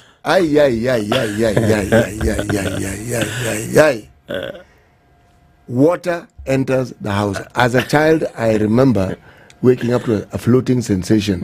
It wasn't a floating sensation. We used to sleep on a reed mat. That was what we slept on, not a mattress. So when water entered, the reed mat, the bed, was actually floating. Yes, okay? So I'm simply saying, when you consider flooding, you're considering water that could have been put to use. And I want to understand what dredging then does and how useful it can be in situations like this to help augment the dam, the damming that you mentioned. Yeah. So you're right. You're right. Some of the things that can be done is also to do is the activities to do upstream. Yes. So and those are some of the issues we're also looking at. You need to invest a lot in the upstream. Because when you invest a lot in the upstream also, we also reduce the siltation, which you find the guy is saying by the time water is getting to the ocean is brown water. It has carried a lot of soil erosion. A lot of topsoil has been taken. Yes. But if we invest a lot in conservation, that's why we have to work closely also with the Ministry of Environment and Forestry, so also to also invest in the upstream. Because for us, when you do irrigation, actually we are an abstractor. We are actually abstracting water. But for us to ensure the water is clean, we need, and also to avoid the soil erosion, we need to do a lot of land reclamation. That's why we find even in our department, we also have a small unit of land reclamation, which also works closely with the Environmental State Department and Environment State Department and Forestry to invest in the upstream part.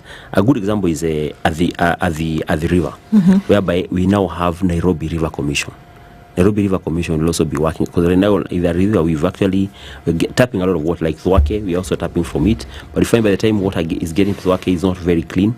So, but now when we invest in Nairobi River Commission, we'll be able to, some of those interventions, like now we intend to, under Nairobi River Commission, we are to do bamboo trees, along which actually are very good in cleaning and at the same time conservation. So there must be both efforts. We must have conservation efforts, consistent and focused conservation efforts along our rivers at the same time, and that also helps us also in recharging.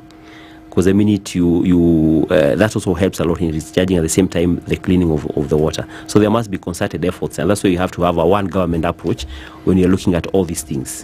Yeah. Before we go to the break, I just want to ask, so the one government approach to, I just want to take the example of Nairobi River, for example. For as long as I can remember, Nairobi River has, I don't even know that we can call it a river, because it has so many other things in it apart from water. There have been many projects to see the cleaning of the river, for example. It flows into and flows out of many other tributaries and other streams that come in, and is a major source that then goes and connects with others, whereby we're saying that this can also be a form that can be used. How do we say that all of these things will come together if, like, one project, for example, for making sure the river is clean from end to end cannot happen? There's so many things. People are throwing garbage into the river, and it's very important when we still look at irrigation at the end of it, of what can happen. People are throwing garbage in. It's not maintained. It is private organizations sometimes want to step in and see how they can work on it. Government has tried, but that has been a major source of water for many things. We just can't seem to get that and keep it tight. How do we then have this one approach if there seems to be a kink in this chain all the time? Yeah, so like I mentioned, the Nairobi River Commission, the docket is actually at His Excellency the Deputy President office, and why it was taken there is so that he can coordinate all the departments which are responsible. Like, for example, in the Nairobi River Commission, for us to make it clean, one, we have to deal with the issue of sewage. Sewage is actually under the State Department of Water and my counterpart colleague under State Department of Water and Sanitation. We have to deal with the issue of sewage, because most of the houses which emit, they don't have a sewer system. So we have to deal with that sewer system, and also we also have to work closely with the county. So you find that Nairobi River Commission, we have the State Department of Water, we have Nairobi County. Again, the other thing we also have to deal with the industry, which actually normally dispose there. Then also we have to bring in NEMA. So all those respective agencies, they've now been brought in one table, and the mandate has been clearly cut out, the responsibility of each and every person. And after all that is done, we now have to bring the Department of Forestry, who are also responsible for the 15 billion. Part of the 15 billion is actually to plant. We have the Nairobi River Commission has a stretch of 900 kilometers. So part of it is actually to plant baboon trees and many other trees, which depending on the area along that river. And that's why I said now it will work because it is actually at a very high office. It's actually His Excellency the Deputy President who is in charge of that whole Nairobi River Commission. So because it's at that level, it will work. Previously, it couldn't work because it was not at a high level of implementation in terms of who sat in the office? And I think before, as I said, our one government level approach, you find maybe if it's in environment, probably they may not have a very big oversight mandate over another department. But now when you're talking about it's in a high level, then everyone else responsible, be it the cabinet secretaries, be it the principal secretaries, they are all now reporting to a high office. So people somehow will be able to come with a better solution. So I believe that should actually happen. And I think we don't have an option in that because we are depending on the river for Thwake, which is about to be complete. We also depending on the river to do Galana Dam, which is actually one of the dams that we also expect to help us a lot in food production. We also have quite Mzima, so there are quite a number. So that as the river basin is a key concern for us to even when you're addressing the issue of food security. It's 7:30. The Principal Secretary in the State Department of Irrigation in the Ministry of Water, Sanitation and Irrigation is our guest this hour. And we're looking at the state of irrigation. We're going to take a break and look at weather and traffic and come back and continue with this. Some questions in terms of whether damming and water pans are actually the best storage solution for water today. We're back after this.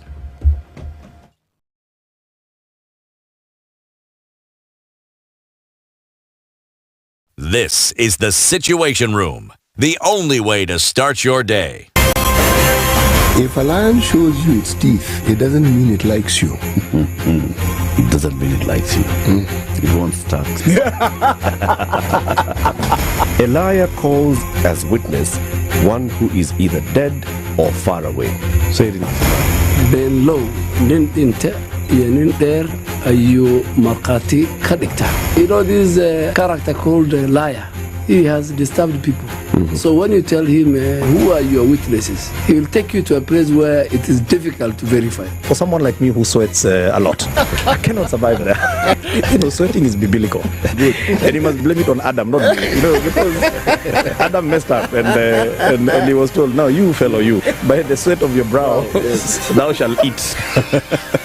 The Situation Room, Kenya's biggest conversation. The weather with SpiceFM.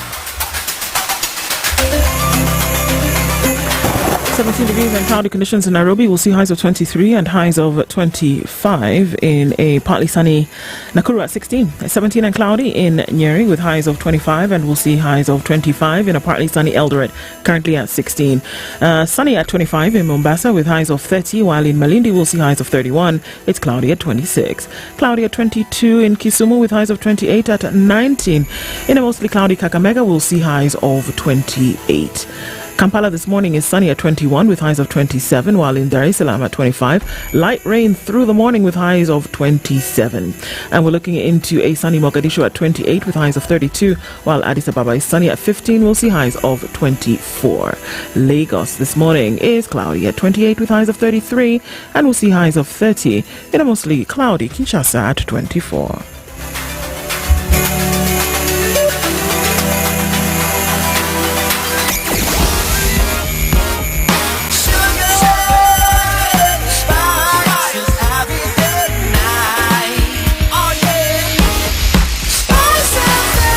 Spice up your life.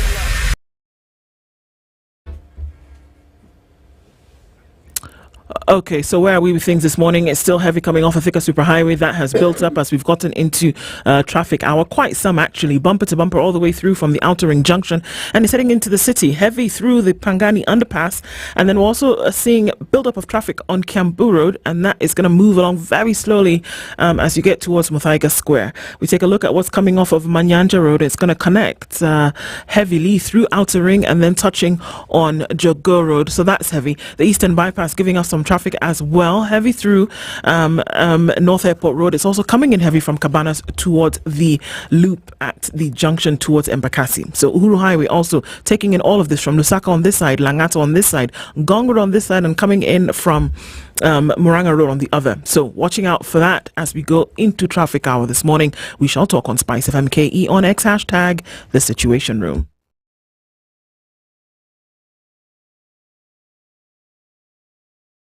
Mature, intelligent talk every morning. Spice up yourself.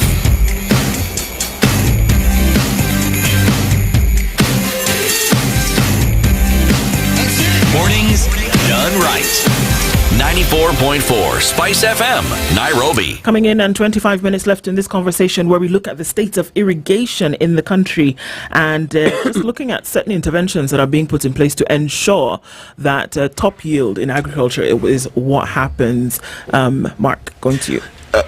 Nairobi City, Mombasa City, all these towns that have a lot of runoff. In fact, I have a pool city, I'll tell you. I have a swimming pool outside my house now. You need gumboots to visit. Oh, that kind of thing. Yes, okay, yes. I thought you were like of the top tier. No. Okay. It's not an Olympic stadium. All right. What are we doing about the water and the surface runoff that comes out of our cities? We talked about the pollution of the rivers and things like that. But as places like South B and the Expressway are flooding and water is running amok, what are we doing about the urban water situation? We have the National Disaster Unit, which is actually currently working closely with the Nairobi County to handle that situation. That's the current solution that we are having at the moment. Yeah. You know, the way you put it, it almost sounds like that unit is there to cause disasters.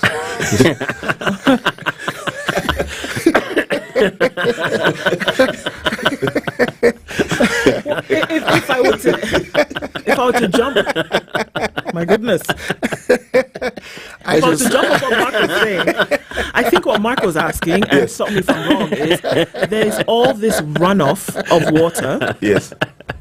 And it seems to be wasted. What could actually be done with this excessive runoff of water that we have that can actually be, in what we see in other countries, piped, repurposed, as opposed to saying, well, this is what we're going to do to dredge the water, but can this water actually be repurposed for use? Are there plans like that ever? It's like now, the most of the water that is running, as I said, it finds its way in the Athi River Basin. No, it finds its way outside Mark's house in a pool. No. after proper drainage system, which is what part of what we are working on, it will find its way in the Athi Basin. Eventually, that's what will happen. And we have, as I said, downstream there in Kitui, we have the Thwake, and Thwake is going to help us dam over 600 million. But now the other issue, which is what we were talking about earlier, is how do we make sure by the time it gets into Thwake, it's equally clean. So here in Nairobi, the first issue is to make sure that our drainage system is working, which actually you find like how before we used to have very big challenges, but quite a number of that activities are already in place. Once you make sure the drainage system is working and that water flows and finds its way all the way to the Athi, then downstream we've already at least taken advantage of the water by damming it. So are we, PS, are we saying that the way drainage systems are designed, or at the very least imagined, is that water is going through the system, whether it's personal use in the home or commercial use, it goes into this drainage system, and the idea behind the system is that this water finds its way, it's purified, it's repurposed, and then goes and finds its way eventually in a dam. That's the way it's designed, and that this water then can be used later for other purposes, in this case irrigation, for example. Is that what we're saying? Yeah, we're saying with a good spatial plan, you see some of these issues, actually the key issue comes with the planning. With a good spatial plan, which is now some of the things that you're also looking at, we'll ensure that water actually flows to the respective places, so that eventually that water goes to is actually used downstream after retreatment, as you said. But I know when you get it dirty, also the cost of treatment becomes much more. So that's exactly what I'm saying. Yeah. So the plan is for that to happen. Right now, it's just whatever happens. Right now, it's just whatever water goes wherever it goes. That's what we deal with. But what I'm asking is that systems having been designed, are they designed so that this water leaves after it's been used, it is repurposed, it goes to the dam, so that that dam water is used for something else? Is that the way it is currently designed, or is it still a plan? You see, the wastewater, I think there's the wastewater, but I think here first I was talking about the rainwater. The rainwater, well designed and well planned, it can be very useful. Not in Nairobi, because Nairobi you don't have a place for damming, but that water, well designed and well with all those mitigation factors, the same water can easily flow to the Athi Basin when it's clean. But it also has to be a coordination between the wastage. The wastage comes in on board, because at times you find even the wastage, if the wastage goes to the same river, then we'll end up with dirty water, which again, when it comes to treatment, we end up costing much more. So it's easier, it's cheaper to actually manage it and ensure you have clean water than to have the same water flow in when it's dirty. And for us to use it for consumption, we have to use a lot of money to treat it. You know, listening to what you're saying, I have formed this understanding that we actually have enough water to help us run our business as a country. That's true too.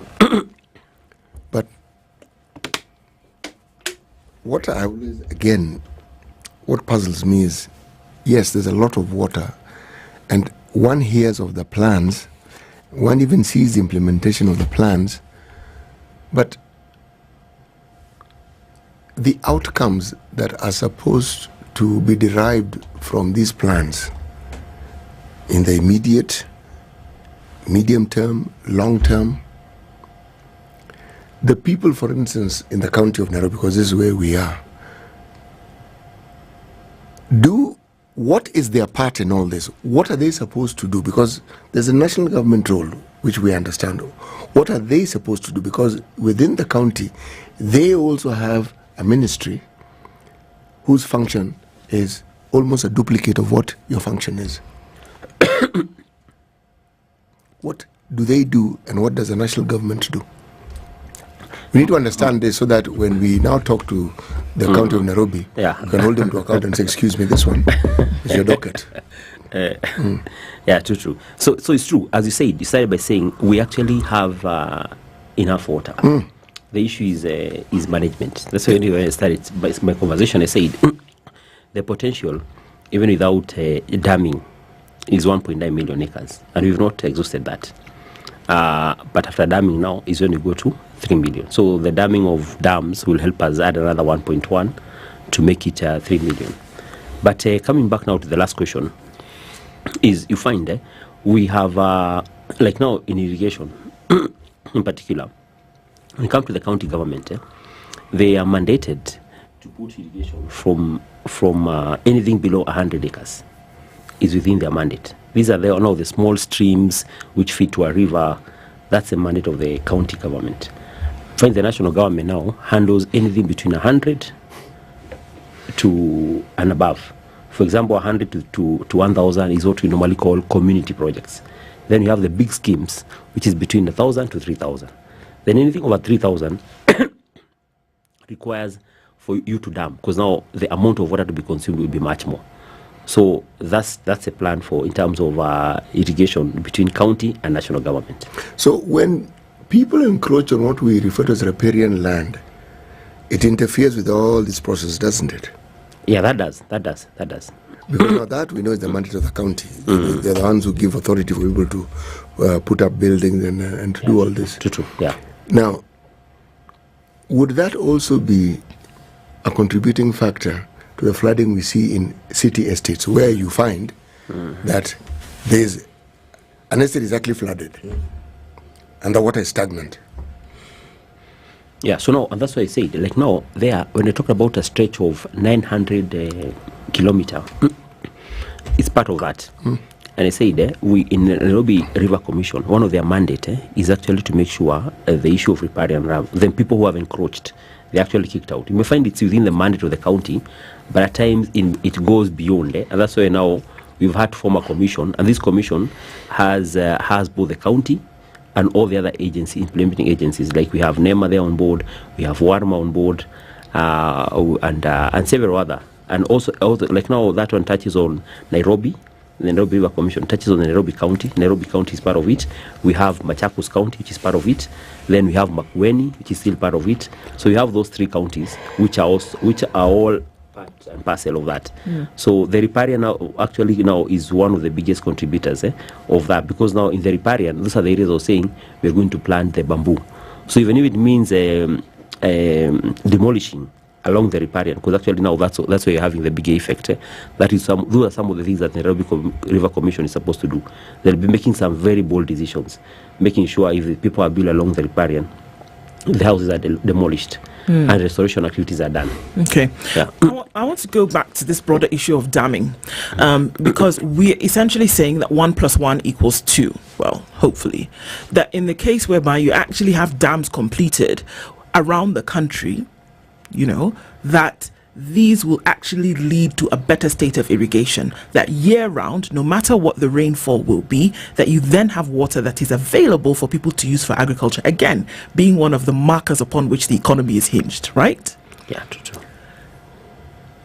And if we continue to say that, the speed at which these dams are being I wouldn't even say they're being completed, the speed at which progress is being made on these dams, and it's a bit worrying, isn't it? Because we are saying essentially that agriculture will depend on irrigation and not rain-fed agriculture anymore. That it will be irrigation in order to make sure that through the year you can have a yield.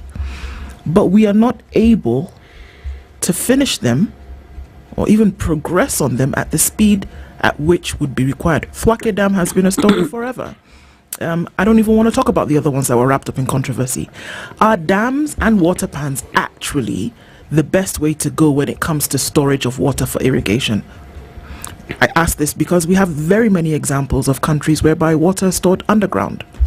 Water is stored and piped underground, and then that can be used for irrigation in the future. And sometimes overhead pipes are then created whereby there's an underground water storage, and then that's used for in an aerial manner to then provide water for irrigation.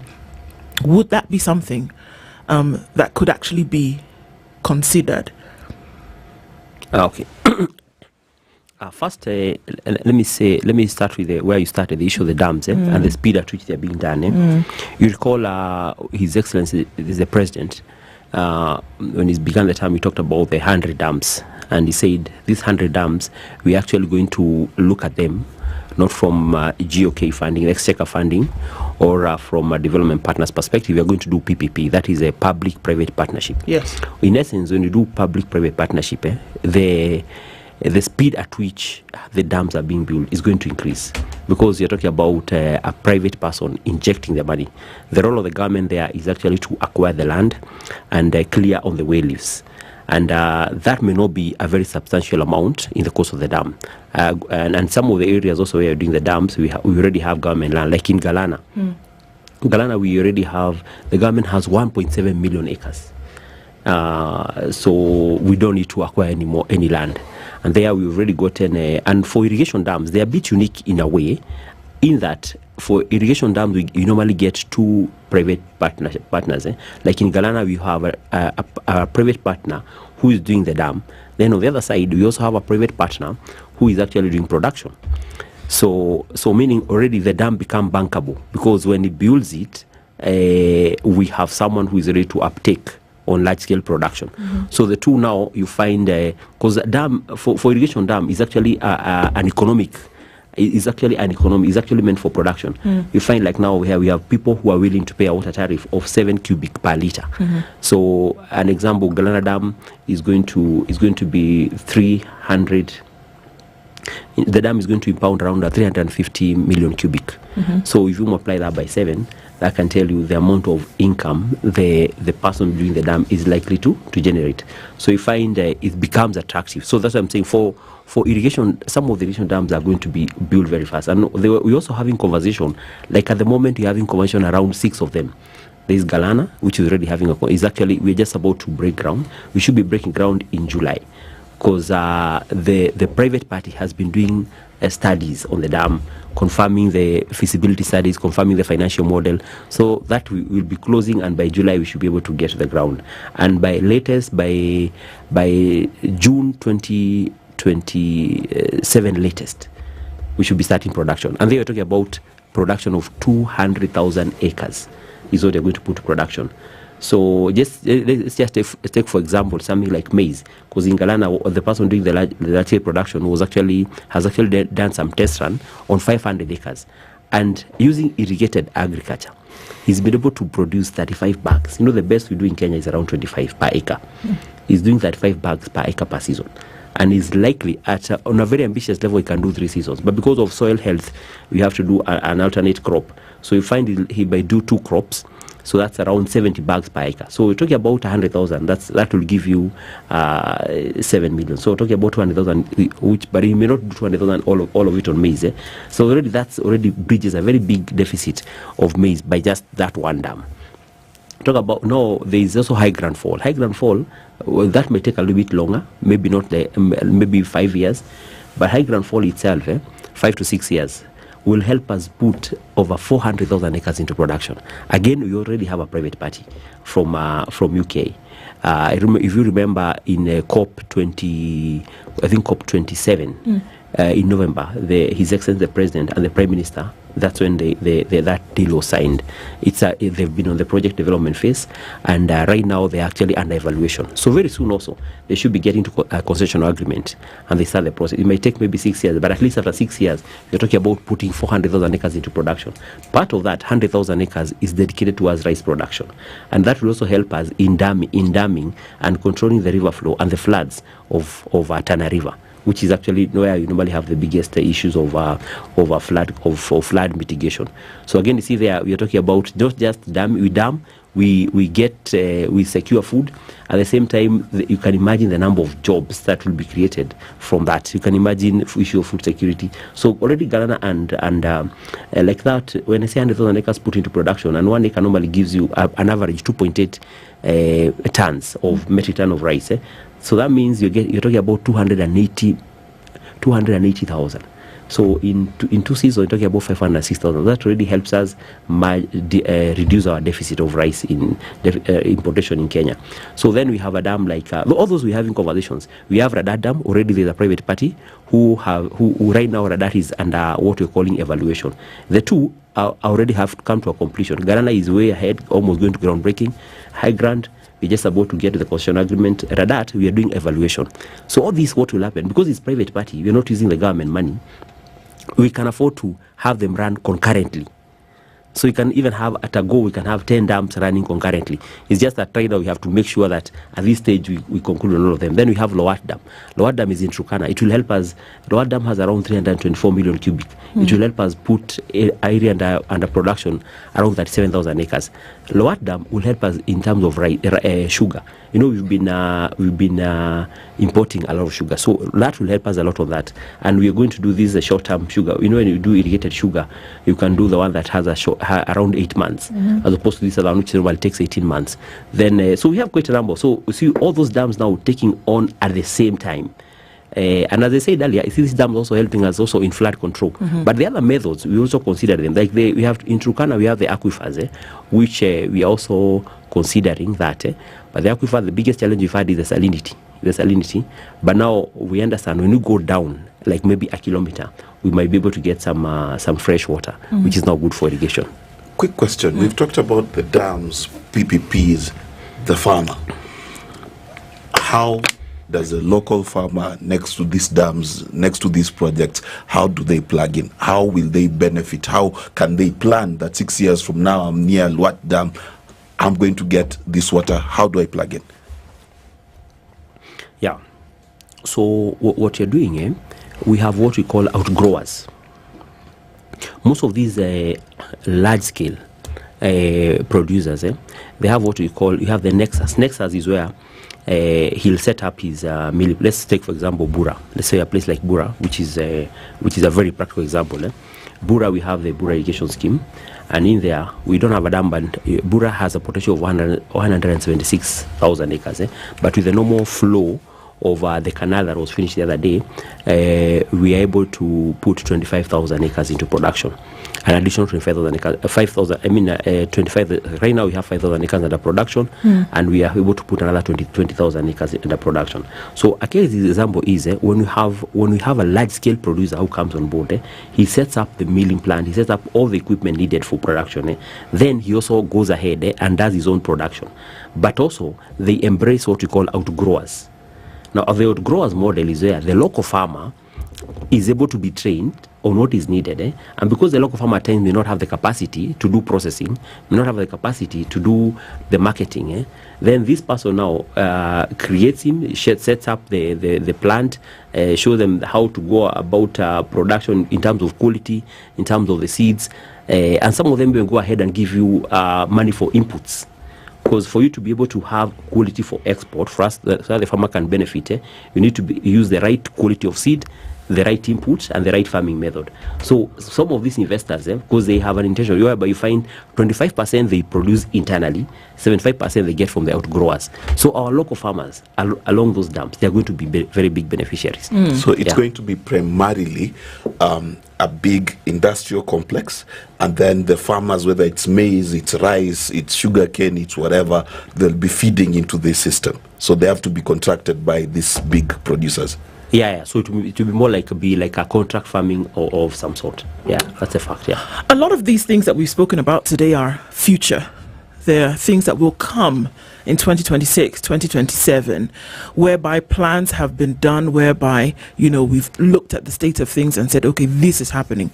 What's happening today with the state of irrigation, whereby farmers that Mark mentions are benefiting today because of things that have been implemented to make sure that agriculture actually then can hold up the economy, which we've already said it has many times? What is happening today that people can say, actually, you know what, here it is, has been done, and as a result of this is what we're yielding? Or is all of this aspirational, it's futuristic, and we'll say that these things will be done later? But what about today? Okay, I'll start with the Loanzoia, which I said water is started to flowing by gravity. And I mean water is flowing by gravity, we mean that there is no cost of pumping. Loanzoia, I would say, is more like an extension of the old Bunyala scheme. But now we've expanded it. That's why you find the old Bunyala scheme was actually in Busia. And it was tapping water from the same river, the Rwanzoya River, but by virtue of pumping. The farmers were incurring a cost of pumping. Initially, it was diesel. It was changed from diesel now to electricity. So the farmers of Bunyala scheme were actually pumping water. And so that means there was a cost as farmers, as a scheme, they were coming together and incurring a cost of operational maintenance, which was going to pumping. But now, with the flow of water, now when the Loanzoia now has been taken upstream, that's why it is now touches on Siaya, and it has been connected to the old Bunyala scheme. So very soon, His Excellency the President will be coming to decommission, officially to decommission the old Bunyala scheme. So that means the farmers of Bunyala today, they're actually benefiting by virtue of the fact that the cost of production has gone down because they no longer have to pay for the cost of pumping. That's one. Then we have a place like Ruafura. Ruafura is here in Kiambu. We just commissioned a project. People have been, but then in Loanzoia, on the Bunyala, they are benefiting immediately. On the upper side of Siaya, who have not been using irrigation, now they are very happy that they've seen water. They used to see canals. But now they have hope. They've seen water, and we're working very well with the county government of Siaya towards capacity building them and helping them. We also set up a pilot plant for them to see how production is going to be done. And right now, they've also formed what we call irrigation water use associations, which is in blocks, and they are on how to manage the water, and also we've brought them together under cooperative, also to help them in future marketing. But that's the future again. Now coming to Rwafura, as we talk right now, we've also worked closely with the Trade Department, State Department of Trade, who have recently signed very many MOUs, including the one we have in AU. But how are the farmers benefiting from that? We've gotten an off-taker. This off-taker has come and set up camp and set up a pilot plant. So farmers now are actually getting the right seeds for export. So meaning the Rwafura farmer may not have understood the agreement signed between Kenya government and the European Union, but they're going to be the first beneficiaries. Most of them are saying from a half an acre, they're able to get almost 1 million from that projection. So those are some of the examples I can give of the exact benefit that the farmers are getting now. We're looking forward to what the future will bring because it is a big deal, and of course there are many whose future is hinged on all of that. CPA Fantas Kimotho, who is the Principal Secretary in the State Department for Irrigation in the Ministry of Water, Sanitation and Irrigation, has been our guest this hour. Thank you for being here. We look forward to talking again in the future. Asante Sana. It is 8 a.m. Wow.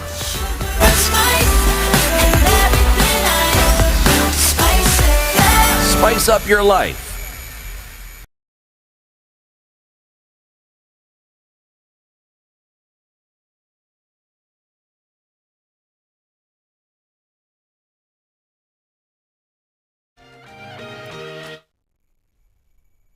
Good morning, this is the News Wire. I'm Leah Obaga. Kenyans will today know whether the doctors' strike, which has entered its 41st today, will come to an end. This is expected because the government said it has completed its side of the negotiations. The Kenya Medical Practitioners and Dentists Union officials failed to appear in the press conference where the government, led by the head of Public Service Felix Kaskei, said that a large percentage of the issues that caused the strike have been discussed and resolved. The issues that were concerning the counties were cleared 100%. The issues that concerned national government were all cleared except one, the issue of payment of interns. And we all agreed, and even we initialed the draft document, and we agreed that the union leadership goes back to report to their council. However, speaking after the government's announcement, Union Secretary General Davji Atela said there were still unresolved issues despite them making a great step in the talks. In all this, the most critical thing really, that the two most critical things, one of them is that internship issue, which we didn't discuss because we had opposite views on it. We want them to be posted as per the CBA. They want us to wait for a court process, which can take 2 years, can take 3 years, because we do not have control over that. We only have control over our collective bargaining agreement, which is a court order. The Council of Governors, led by Chairperson Anwar Guru, said the doctors have until today to sign the contract to return to work, as many of the issues that were raised were under the county and have been resolved. So as part of the whole nation approach, and also on behalf of the Council of Governors, I would like to confirm that yes, indeed, the various meetings that have been taking place have been fruitful. Just to affirm what Chair COG has said and Head of Public Service, that we are almost at the tail end of this process, so we are waiting for the affirmation. The memorial service of the late Chief of Defence Forces, General Francis Omondi Ogola, which was scheduled for this Friday at the Ulinzi Sports Complex in Langata, has been postponed. The KDF, in a joint statement with the late General's family, stated that a new date for the memorial service will be announced in the coming days. The statement did not immediately explain why the ceremony had been postponed, but it did mention that the family had received overwhelming support and attendance at the Sunday state funeral. The National Environment Management Authority, NEMA, has announced a ban on the use of plastic bags to collect and dispose of garbage. In a notice, NEMA said Kenyans have 90 days to stop using plastic bags from the date of the notice. The authority has directed all garbage to be carried in biodegradable garbage bags. It has also directed all county governments and private waste service providers licensed by NEMA to provide their clients with 100% biodegradable bags. Meanwhile, KEPRO, that is the Kenya Extended Producer Responsibility Organization responsible for environmental conservation, has said that there is a need for more strategies to be put in place to deal with the effects of climate change and strengthen environmental protection. Speaking in Eldoret, organization officers led by Richard Kainika say they still need to increase their awareness on reasons why we need to do away with the use of plastic bags.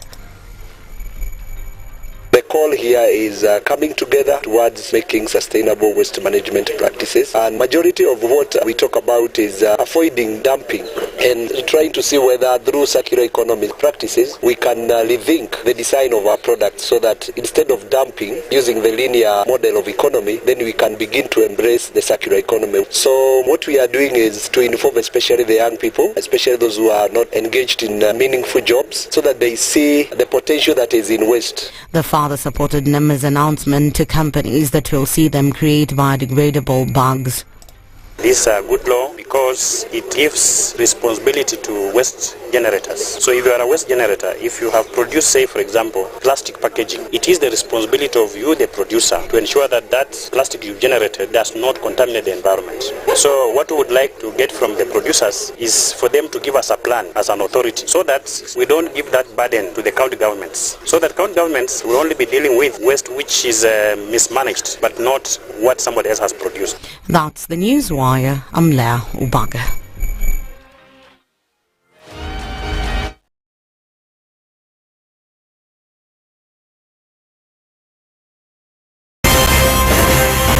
Good morning, and I love your show. Thank you. Having come from a Kikuyu radio background, I migrated to Spice because of the content. I was born in a slum, but somehow I got a break in life. So sometimes when you see the sweating coming out because of the passion and whatever it is, behind the noise, there are people. And we share the same umbilical cord. It shouldn't be like that. I am so disappointed. We used to tell Honorable Raila Amolo Odinga that he's doing politics of conmanship. And even President Uhuru Kenyatta, serikali hii ndio iko na conmanship ya hali ya juu. You cannot promise people that you reduce tax, then you double. In politics, there is the issue of trust. For you to turn around and then stab the same people who gave you that trust, there is no other level of dishonesty. And hii mambo utaona dunia tu. The Situation Room, Kenya's biggest conversation. 102.5 Spice FM, Kisumu. City, right? Yes. He's an old friend of mine. Okay, so what are we looking at a few minutes after 8 o'clock? Traffic is still busy in the city. We are in traffic hour. It's coming in heavy. What's this? This is Langata Road. Not quite sure what's going on there, but quite some traffic. Folks have been advised, when it's raining to stay away from Raila Odinga Way. I guess folks did not hear. Because Raila Odinga Way is busy all the way through towards the city mortuary roundabout, and that very busy on Langata Road getting out towards Uhuru Highway. That looks like it's going to be there for some time, covering on Aerodrome, and it's coming off from Thika Superhighway. There's quite some traffic as well all the way from that junction coming in from Outer Ring. It's busy on Kiambu Road as well, and coming out of Westlands, though not too crazy, there's traffic that's crossing over from James Gishuru to the Red Hill Link Road and then coming off Wayaki Way into the city. All right, we are in traffic hour and it continues. Keep letting us know what's going on. If it does get sticky, talk to us. SpiceFM, KE on X, hashtag The Situation Room.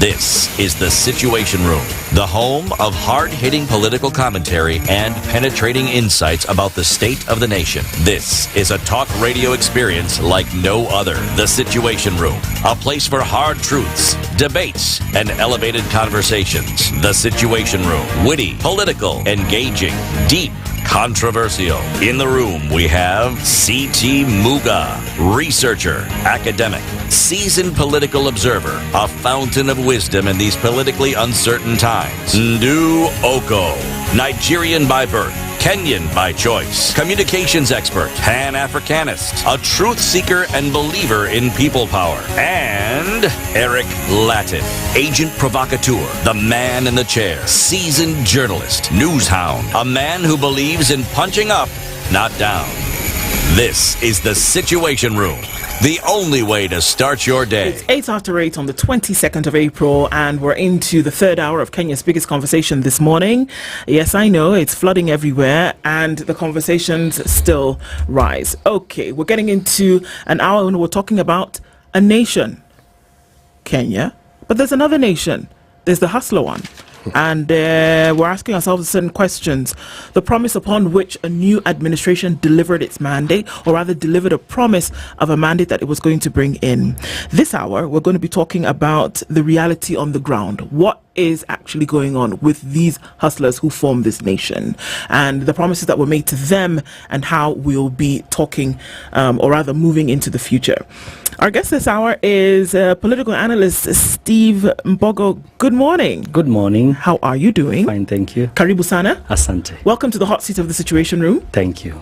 Mark Bichache is our guest host today. Okay. And he's no stranger to the room, but he oftentimes, is here with us, and we discuss things. And so, he'll be here. CT Muga, Nduko. Eric Latif is not here today, but he's here in spirit. His spirit is hovering around somewhere.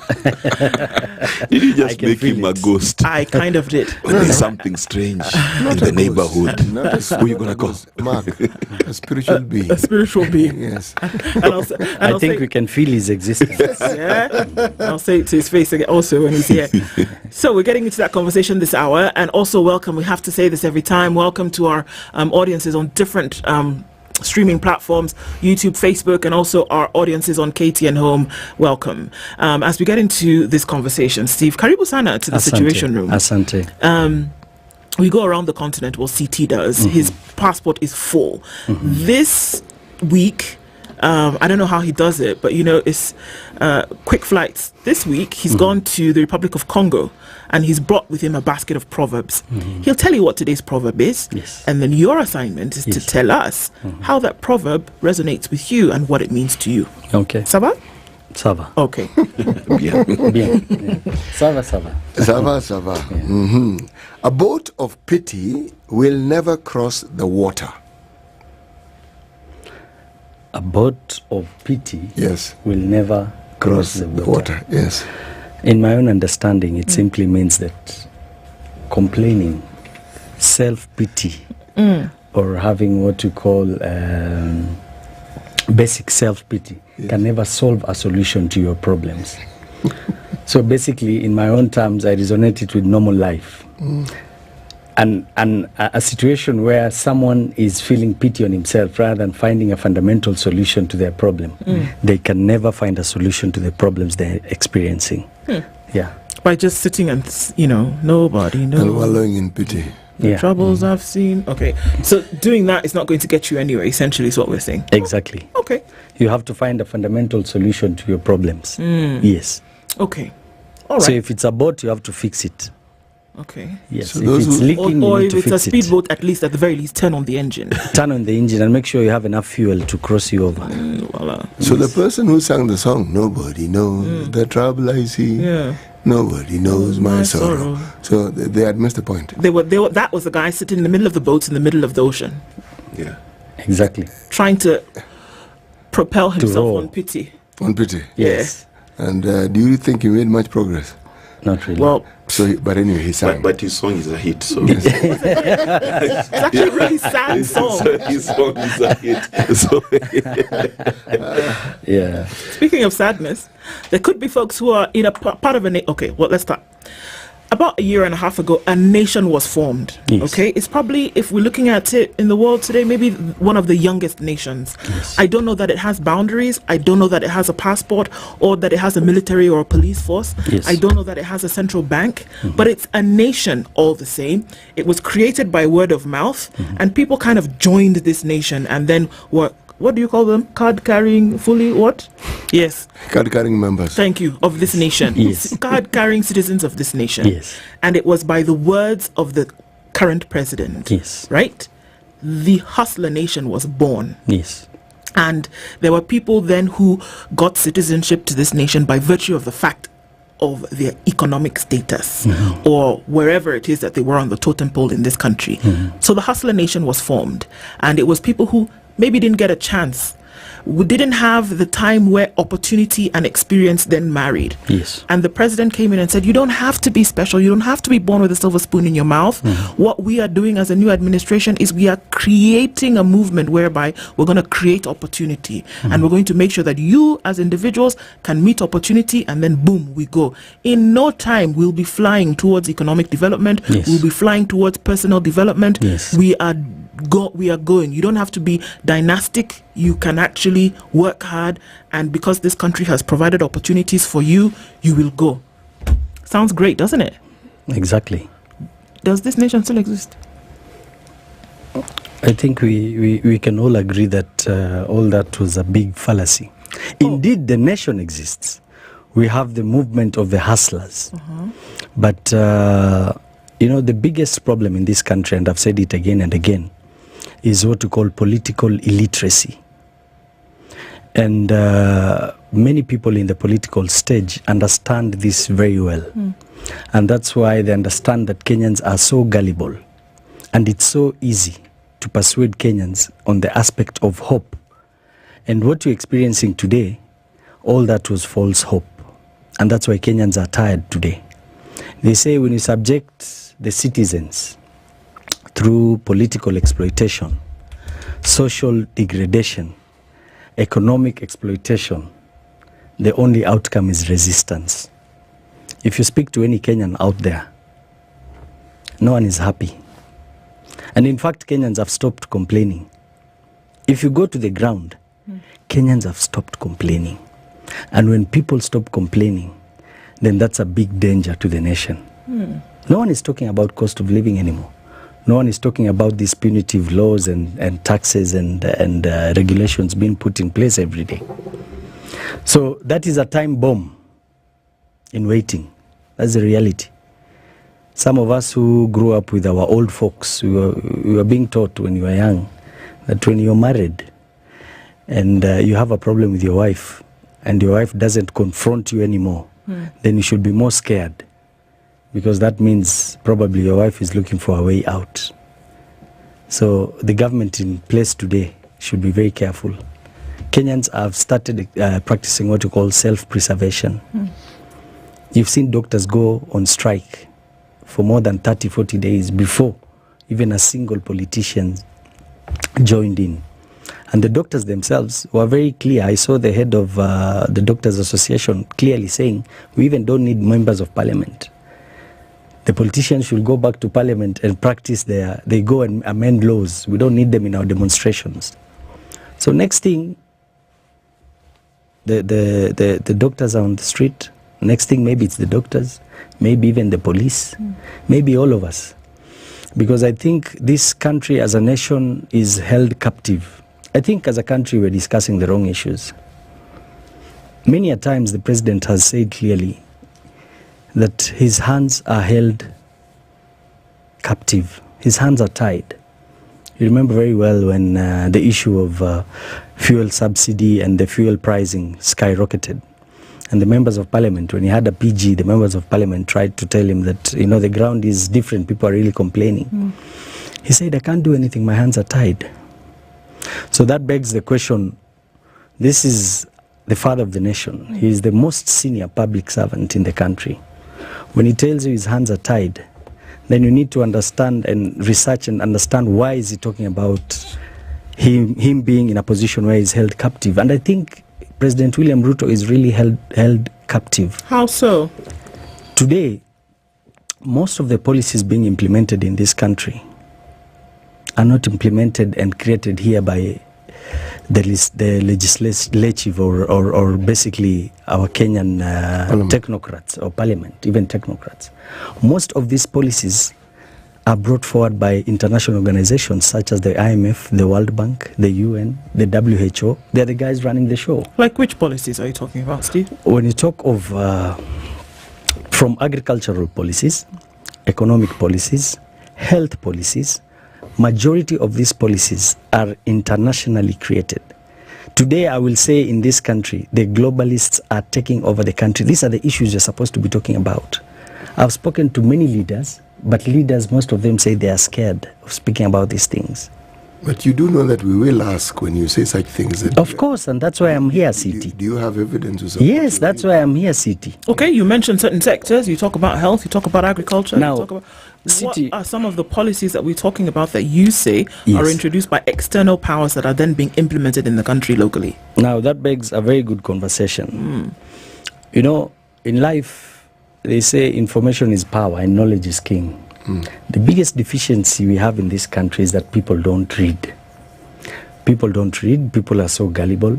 We have been synchronized to believe that there are certain people or certain powers that be or certain channels of communication that are the ones that are supposed to be right. So in Kenya today, anyone will only believe what is told by maybe the president or the opposition leaders or the leaders that exist at the moment. But do you believe that to be true, what you just It's very true. I'm taking you through now. Yes.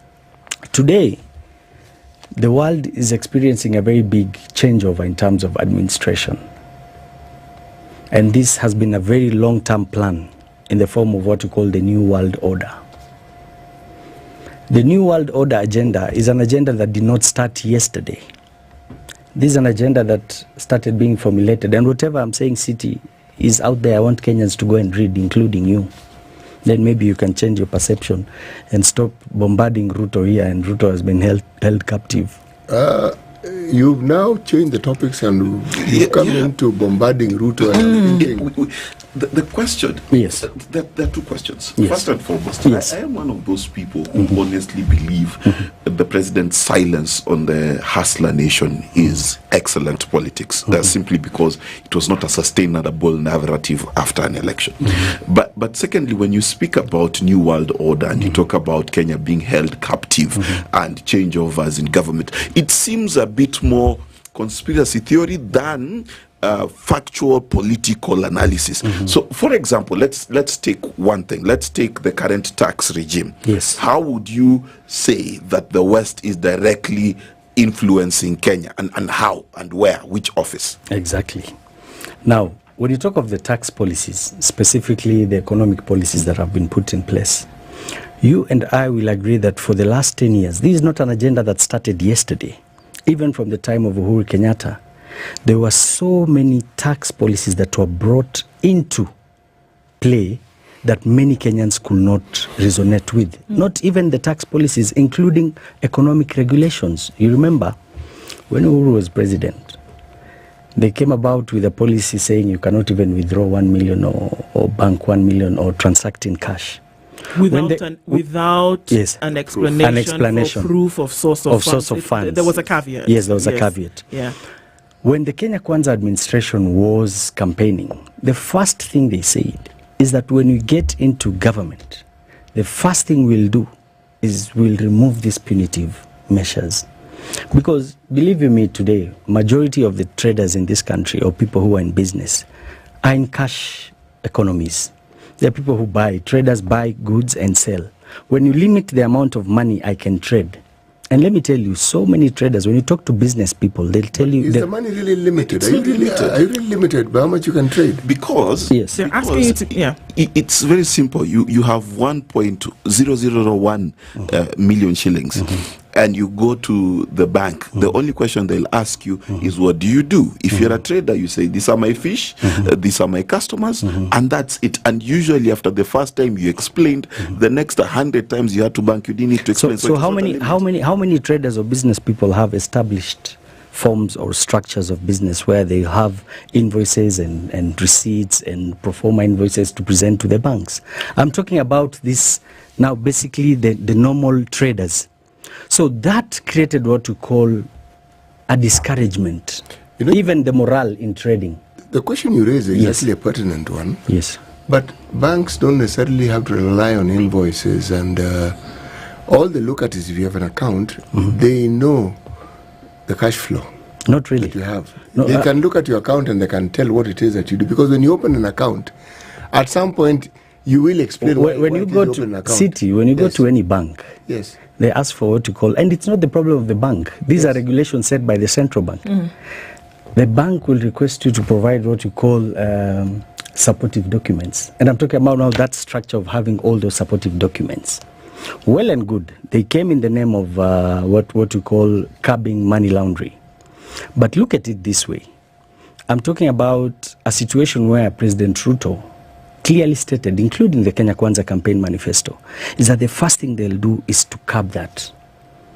Till to date, nothing has happened. When you speak to them, the first thing they did in Parliament, they tried to amend and put a cap to about 10 million shillings. But the bill could not go anywhere.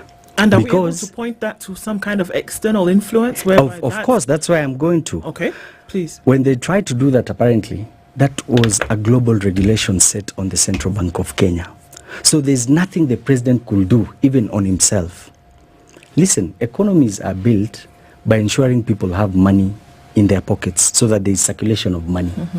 When I restrict the movement of that money, it means we are not going to trade in terms of... But the restriction you speak of doesn't actually exist. It's not a restriction. I can tell you, genuinely, even Mutumba people who sell cash on cash, they are not restricted from depositing even 5 million shillings if they want.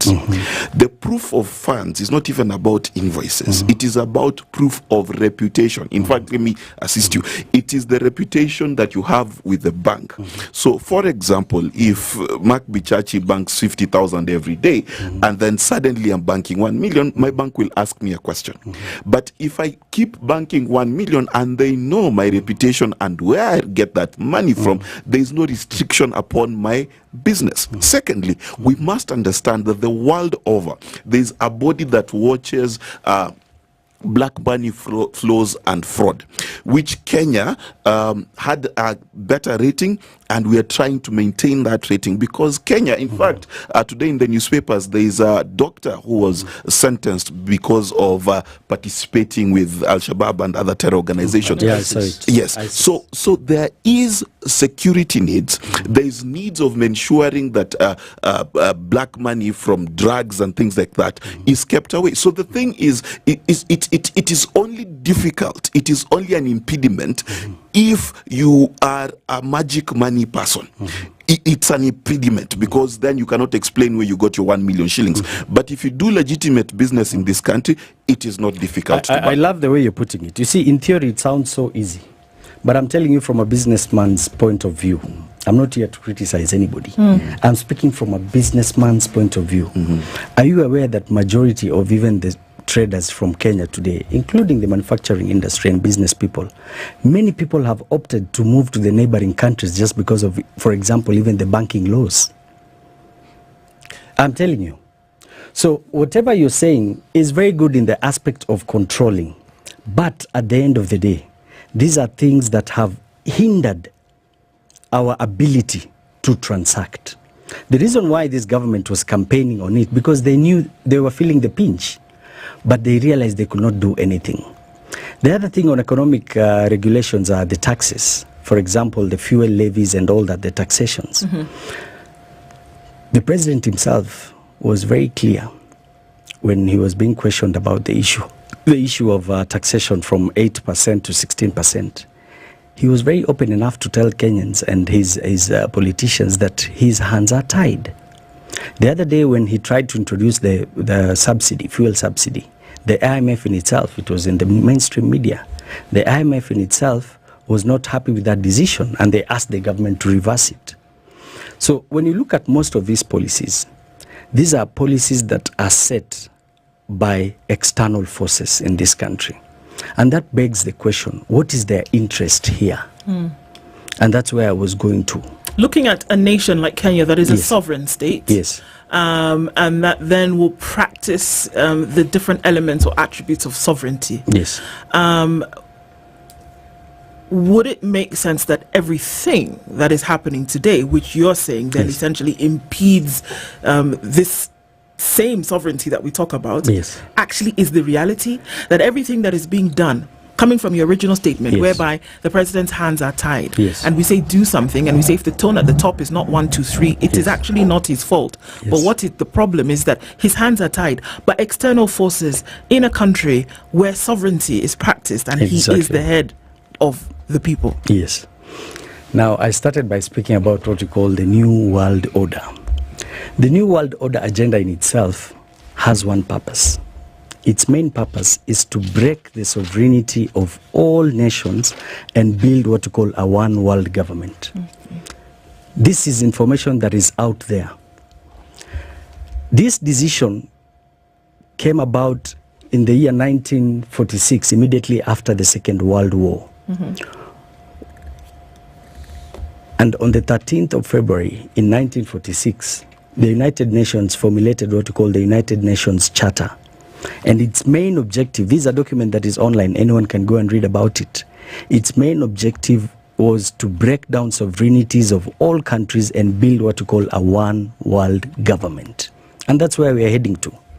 The ultimate target for these programs is in the year 2030. Many people will call it conspiracy, but I'm telling you, these things are real. The speed at which the globalists are spearheading these agendas in this country is very high. And these are the things you're supposed to talk about, and no one is talking about them. Many a times you've even heard, I think one of the last proper interviews by the former Prime Minister, Raila Odinga, he mentioned something very crucial, but no one understood what he said. He said, it has come to my knowledge that it is not even Ruto who rigged these elections, but there are other parties who had interests in Kenya that did the rigging for him. He mentioned it in his interview. Number two, Kalonzo Musyoka himself, I think a month ago, he was in an interview and he stated clearly, he said, I understand there is some form of change of governance in the world. And if that is the case, we should all be involved in these discussions. And that is when they were formulating this NADCO report. But you see, the problem with us is that we look at things on the face value. You might criticize in the name of conspiracy theory. But if I outline to you the formulation of this agenda and the things that are happening here in this country at the moment, you realize they're the same. Number one, they talk of creating a one world government with one president. Number two, one military system, one judicial system, one currency, that is a cashless currency for the whole world. There will be control of what you call agriculture. In their formulation, they're saying food and agriculture will be taken from individual owners to corporations. These are things that are happening in other countries. That's why you're seeing even farmers in Germany, in Holland, in Switzerland, they were on the streets the other day. It is because of those policies. And the same policies are the policies we are passing here. If you look at one of the items that is being fought in this country today is food and agriculture. Left, right, center. The policies that were being implemented in this country, not even now, from Uhuru's time. I remember when Kiunjuri was the Minister of Agriculture. He formulated what we call the strategy document. They approved the use of what we call the encouragement of fortified foods in regards to comparison to organic foods. They created a law whereby today, if you go in the villages, it is even a crime to share seeds. Foreign companies were given rights to patent their seeds here, and you're not supposed to plant other seeds other than patented seeds. Steve, and these are global companies. If you could just allow us, because you're saying so many things. Okay. Let's go back a bit. Okay. There is the UN and there's the Bretton Woods institutions. Now, Bretton Woods institutions, IMF, World Bank, etc., they do influence the economic and trajectory of many countries. Yes.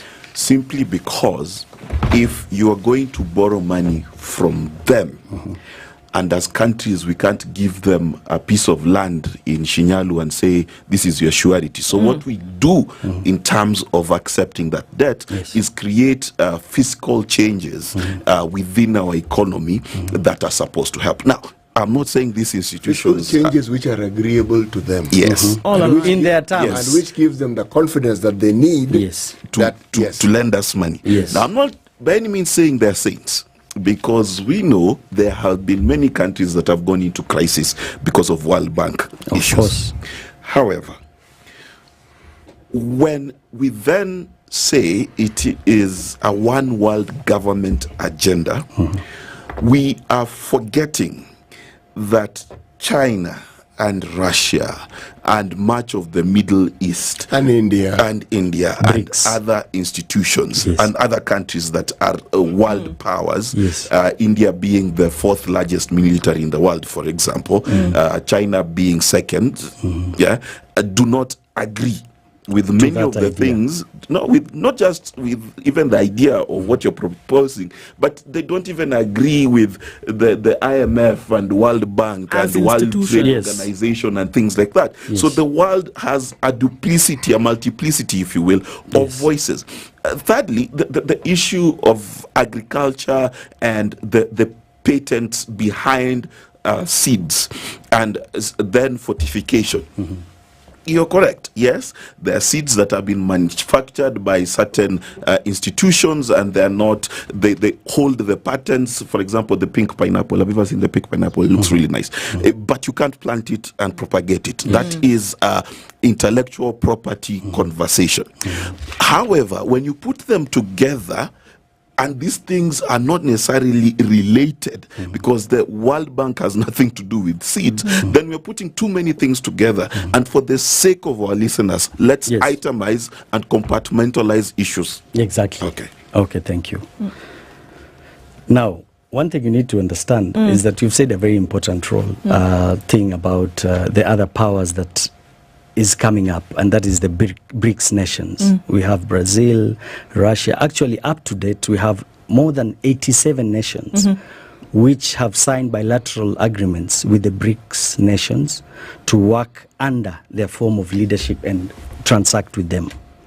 The reason why in Africa today we have close to 49 countries out of 55 who have fully signed bilateral trade agreements with Russia and were present in the Russia summit, that is the 2023 summit, is because most of these nations are not happy with these formulations and policies being pushed by the West in their countries.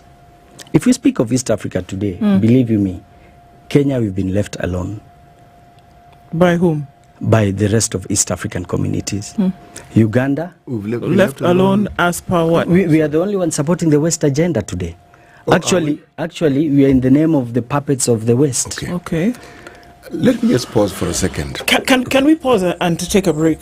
Yes, we can pause and take a break. Let's take a break, and then we'll come back and open this up just a little bit more so that we can get clear understanding. Because where we started was that we're looking at the hustler nation and looking at promises that were made and what exactly are we doing. Stephen Bogo believes that the president's hands are tied, and that's why we're not seeing a lot of the things that were promised initially actually happening. Today, the president's hands are tied because of external influence.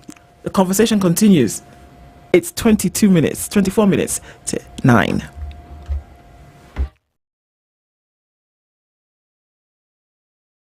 This is the Situation Room, the only way to start. The man who looks at a beautiful girl and doesn't talk to her will end up serving lunch at her wedding. Aye, City, do like that. My father has killed a mouse. Will he fail to kill a man? Ameua panya. Small mammal, big mammal. Mtu atamshinda. How are we comparison? I mean, you killed mouse. What do they say? What they're saying is, my father has killed a mouse. Will he fail to kill a man? Name, surprise. Someone's name. The name surprised you? No, the name is surprise. No, what am I saying? I'm from Nigeria, man. I met somebody called I Believe. So your name is I Believe? Yes, my name is I Believe. But that's the short form. I said, excuse me? I said, yes, my name is I Believe. So what's the full name? I believe in the goodness of God. The Situation Room, Kenya's biggest conversation. The weather with SpiceFM. 17 degrees and partly cloudy conditions in Nairobi. We'll see highs of 23 and highs of 26 and a sunny Nakuru at 19. It's 18 and partly sunny in Nyeri with highs of 26, and we'll see highs of 26 in Eldoret where it's sunny at 19. All right, Mombasa sunny at 26 with highs of 31, and we'll see highs of 31. In a sunny Malindi at 29. It's 23 and sunny in Kisumu, going to highs of 28, and we'll see highs of 29 in a partly sunny Kakamega at 22. Sunny conditions at 23 in Kampala with highs of 28, and into Dar es Salaam after the rain, it's mostly cloudy at 25 with highs of 28.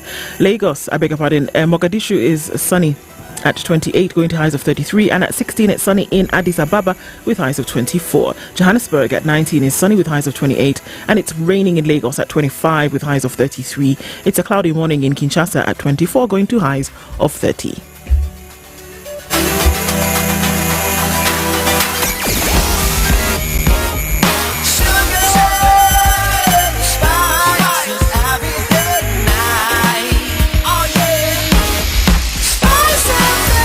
Spice up your life.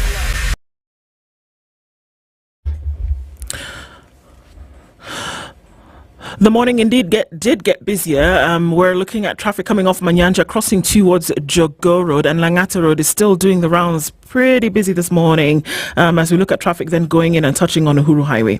Okay, so what else are we looking at? Traffic then very busy on Wayaki Way as you get into the city today. The Thika Superhighway, still a little bit of it coming in from Survey, and then Wangari Maathai very, very busy as you cross over towards Museum, and then Ring Road Western's also still very busy this morning. James Gishuru in both directions, crossing over towards Red Hill, and there's traffic coming in from Lower Kabete, Spring Valley, that whole area doing the business. It's busy this morning. We're still in traffic hour. Let's see what happens when we come out of it, and we'll talk in the meantime on SpiceFM, KE on X, hashtag The Situation Room.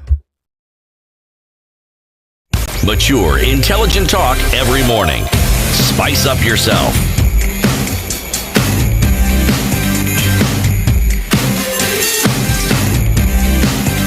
Mornings done right.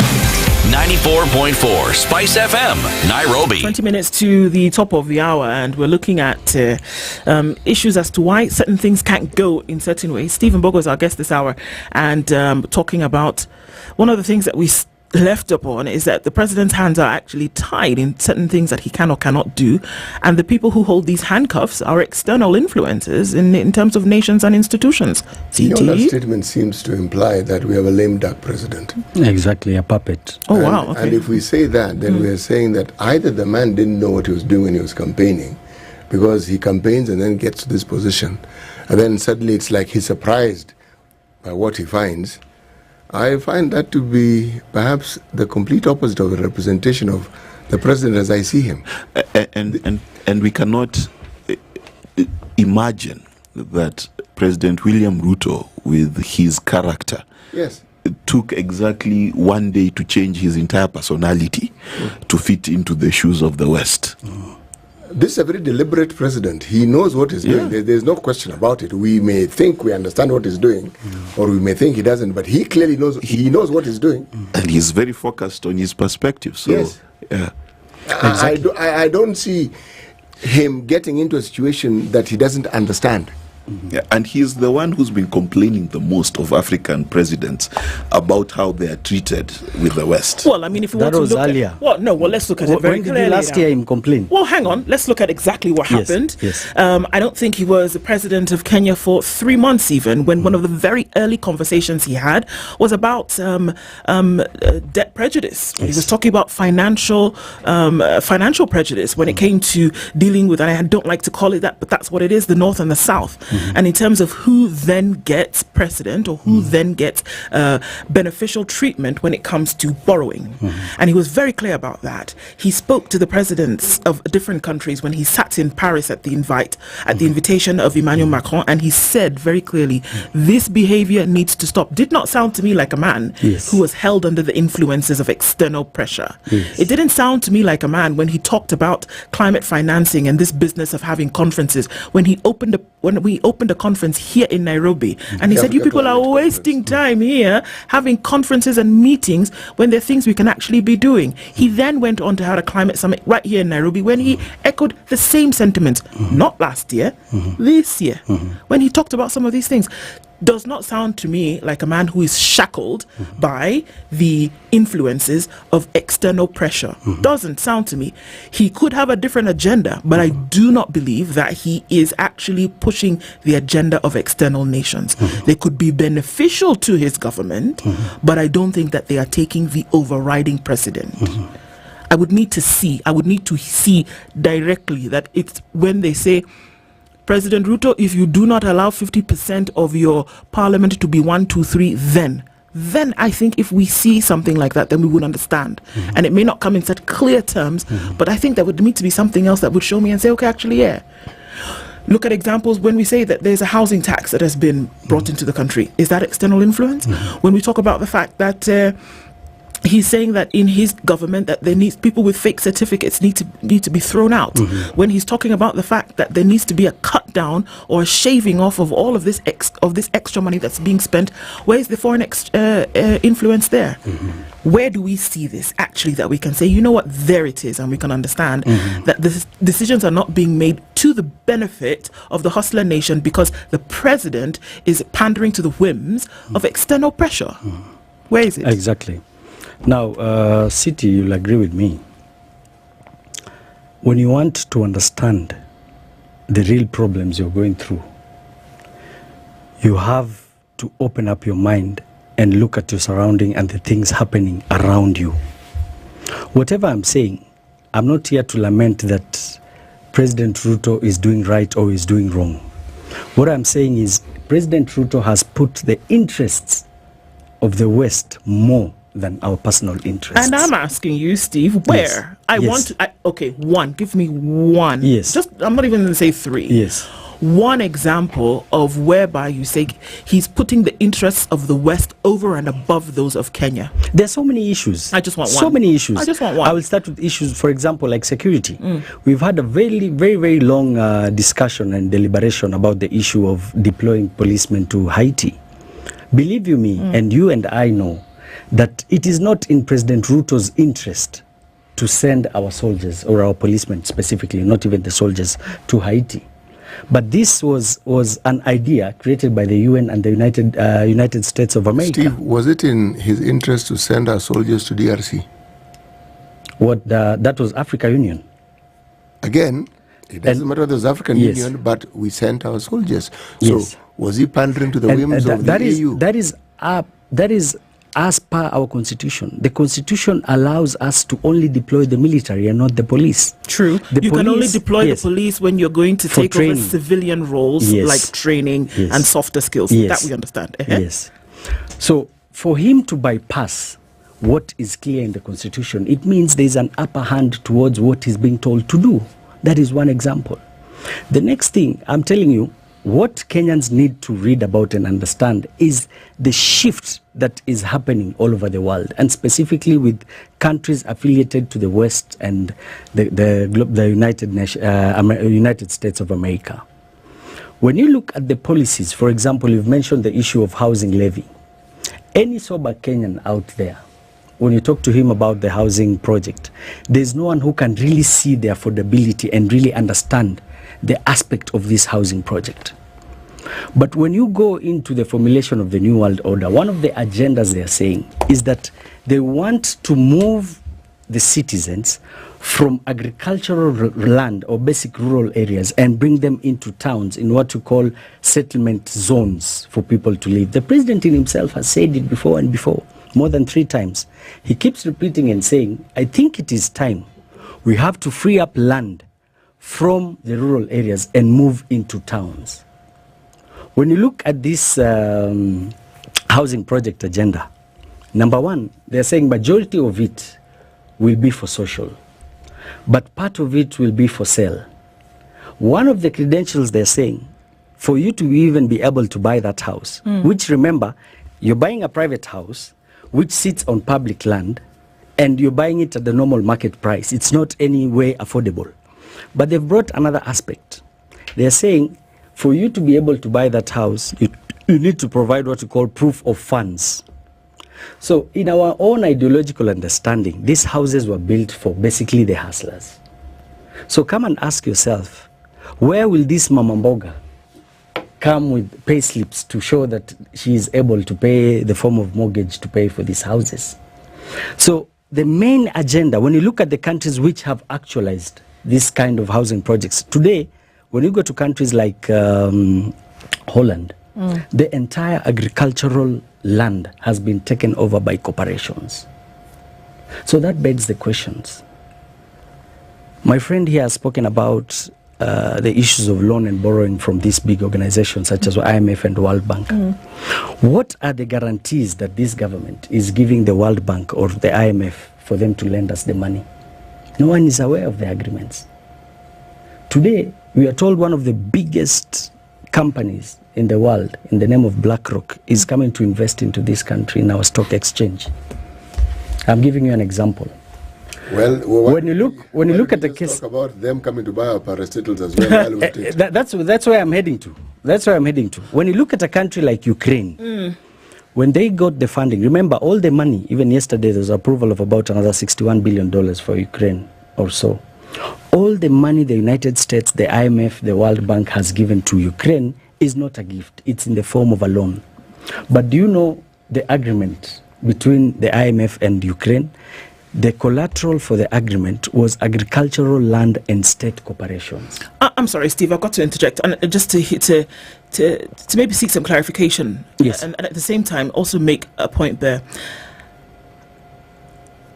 Anyone in this room will know that I don't believe for a minute that the nations behind these institutions that we speak about will ever do anything that is outside of their self-interest or benefit. It doesn't happen. Yes.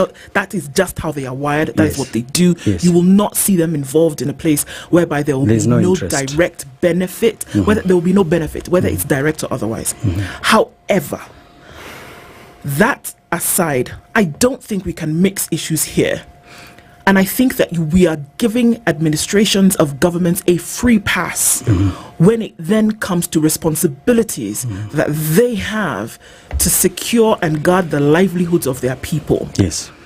That there are many things that are going on in Kenya, that there are many things that are going on in South Africa, that there are many things that are going on in Nigeria, Cote d'Ivoire, Sudan. Take your pick. But we want to say, rather than ask the leaders of these nations to take responsibility for the things that they have been mandated to do by the vote of the people, we want to now say the reason why you are behaving like this is because there's external influence. I do believe that there's external that has a very big hand. I do believe that there's, and that's why this is a failed state as we speak today. Hang on, I do. Hold on, I do. We are failing by the day. That there is external. Okay, yes. I will get a megaphone. Yes. At this point, I believe that there is external influence. Yes. I do not believe that you can take that external influence and blame it for the reason why individuals, whether they've been appointed, whether the tone at the top is one thing or another, and blame that for inadequacies or lack of getting the job done. I think we're conflating issues. No. And we need to be very clear. Yes, I get where you're coming from. I get where you're coming from. When doctors go on strike, that when children don't have school fees, that when children don't have capitation, whereby roads are not done, we want to say there's external influence? No. No. And on top of that, let's remember that there's no nation on the world that exists by itself. We are members of the global village. Kenya has sent many peacekeeping troops and police officers ever since Kenyatta won. It's nothing new. Number two, the housing project is addressing a real issue. For example, Kibera is real and tangible. It is of no benefit for the West, for Kenya to build houses for people in Kibera. So the fact that there is influence and then there are certain actions does not mean they're the same. It's a logical fallacy. Coincidence is not causation. That's how you correct. Because just because I visit Ndu and then I go home and then I find jollof rice in my house, I will not say it is Ndu who influenced the person in my house to cook, because that's so coincidence is not causation. Yeah. What I'm trying to tell you, you see, you might put it as a conspiracy theory, but history will judge us. Whatever I'm telling you, is something that has a bigger picture on what is happening in the world. I'm not here to say that this government is correct in itself. Let me tell you, when you have a nation where the top of the nation, or rather the president, does not even follow the rule of law, then don't expect anyone in that country to follow the rule of law. That statement is also not true. Yes. The fact that someone ignores certain court orders doesn't mean that they ignore all court orders and all the rules. You see, we are guided. We are guided. Man is to error, but we are guided by what you call the Constitution. Yes, the only thing the president needs to do, or any elected member, or maybe even any citizen, we should abide to what is as per the Constitution. But are you saying that the president deliberately ignores every rule of law that we have in the country, not everything really. that's in the Constitution? Not really. Yes. You see, all two wrongs don't make a right at the end of the day. Yes. But one thing I'll tell you is that the president acts as a mirror.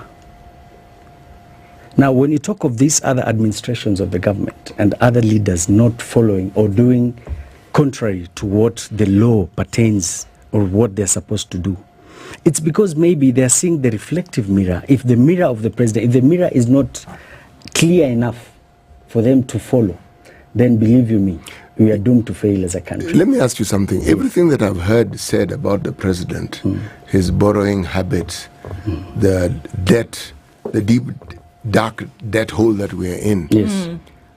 Are we aware that the Uhuru Kenyatta government is the one which began this path? Exactly. That this borrowing is not something that occurred. Not borrowing, wanton borrowing, where you just borrow and borrow and borrow. And We it's always illegal. borrow. But majority of it is illegal. You need to make it clear. No. I cannot make it clear that it is illegal because when our parliament passes and allows the government to borrow and goes at the limits, there's nothing illegal about that borrowing. The parliament is what gives them that authority, and our parliament has. So did the parliament give approval from Uhuru's time for them to do what you call domestic borrowing? Yes. Yes. Yes. They did. Oh, yes. In fact, they assent to it. Yes. The ones who set the limit. In fact, domestic borrowing is the one that is most entrenched in our constitution and most encouraged by economists because we're borrowing in one But remember, the constitution is very clear on domestic borrowing. It says you cannot borrow domestically for development. Now, when you look at the amounts that were borrowed, even in Uhuru Kenyatta's time, it is clear. During Uhuru Kenyatta's time, he borrowed up to about 6 trillion. It has a limit. The domestic borrowing is usually about 5% of the total budget. But when you look at the sums and the volumes of the money that was borrowed, it is contrary to what is very clear. And no one is speaking about these things. First and foremost, the Constitution says the opposite of what you said. Yes. Any borrowing, any local or international, is supposed to be for development only. Very good. Yeah. But this money they borrowed, we've had the Auditor General clearly stating they cannot connect the volumes of borrowing to the projects they did in terms of development. Okay, so was your point the project? You're right. So that means that is bypassing the law. There is an illegality. I'm talking about the illegality. Steve, we need to have a flow of ideas. Yes. That's what we're talking about. We started off with the Hustler Nation, all right? Now we've jumped to the president. Now we are at the Auditor General's report. Yes. The Hustler Nation, if you are referring to Kenyans, existed before that particular term was made popular by our current president. Very true. Kenyans are hustlers. Yes. Kenyans have been argued to be opportunists. Yes. You take Kenyans anywhere and they'll always find something that they will do that somebody else wasn't doing. Yes. It means Kenyans are an enterprising people. Okay? And very hardworking. Extremely hardworking. Yes. Now, the reason why we keep gently pushing you towards understanding that when you talk about the New World Order in a discussion where we're talking about the Hustler Nation, we have no option but to look at it as the promotion of conspiracy theories, because this is a discussion, as you say correctly, that has been there for the longest time. And we know it has been attributed to complete right-wing Christian groups, the Antichrist group. I mean, it's something that has been with us for the longest possible time. Now, it derives its energy and strength from examples that can be used to justify or to prove the existence of this New World Order. But then if you look at history, as you say, that people should read, we've had empires who had the same thoughts. Exactly. And without fail, each and every of those empires have collapsed. Each. From the time of Hitler, Stalin. Forget Hitler. I've gone beyond the Byzantine times. The Roman Empire. Just name any empire you wish. Yes. Like the American Empire right now is in decline. The British Empire was in decline in its time. Yes. These were empires that sought to create the very thing you're saying, a new world order. Yes. They wanted the world to be fashioned according to them. They all went down. You have the Chinese coming up. They had an empire before that, but now there's a global outlook to the way they do things. Indeed. So when you talk about a new world order, when did it begin and when did it end? What you're saying is something that the world has experienced from its existence. And what you're actually saying will come to pass has never come to pass. There have been semblance of it. And then now, I'll tell you, I've mentioned to you that these are not things that are planned in a day. Remember, this is a formulation that started in the year 1946. It started early. And ever since, till today, formulations are being put to place. The ultimate goal under the biggest organization which spearheads this, called the World Economic Forum, is that the agenda should officially be launched in 2030. I'm not saying it will happen. Okay. But that's you see, the biggest problem. Sorry, listen, Mark, sorry, just allow him to finish because we have to get to You know, you listen to respond, but you're supposed to listen to understand. I have actually listened quite a lot. Go ahead, Steve. What I'm trying to say is that we are looking at the smaller picture of what is happening in this country. When you look at all these punitive taxes that every Kenyan is complaining, the cost of living and all that, you'll come to understand that part of it is a deliberate attempt or formula to discourage and break the systems that exist economically. When you want to build a new system, the first thing you have to do is to break the existing system. Okay, well, it's thoughts, right? Yes. And, you know, we'd be remiss if we don't let thoughts play out. Steve, thank you for being here this morning. I mean, interesting to hear some of these perspectives and looking at how they all unfold in the future. Asante sana. Good morning. It's 9 a.m. Thank you. Spice up your life.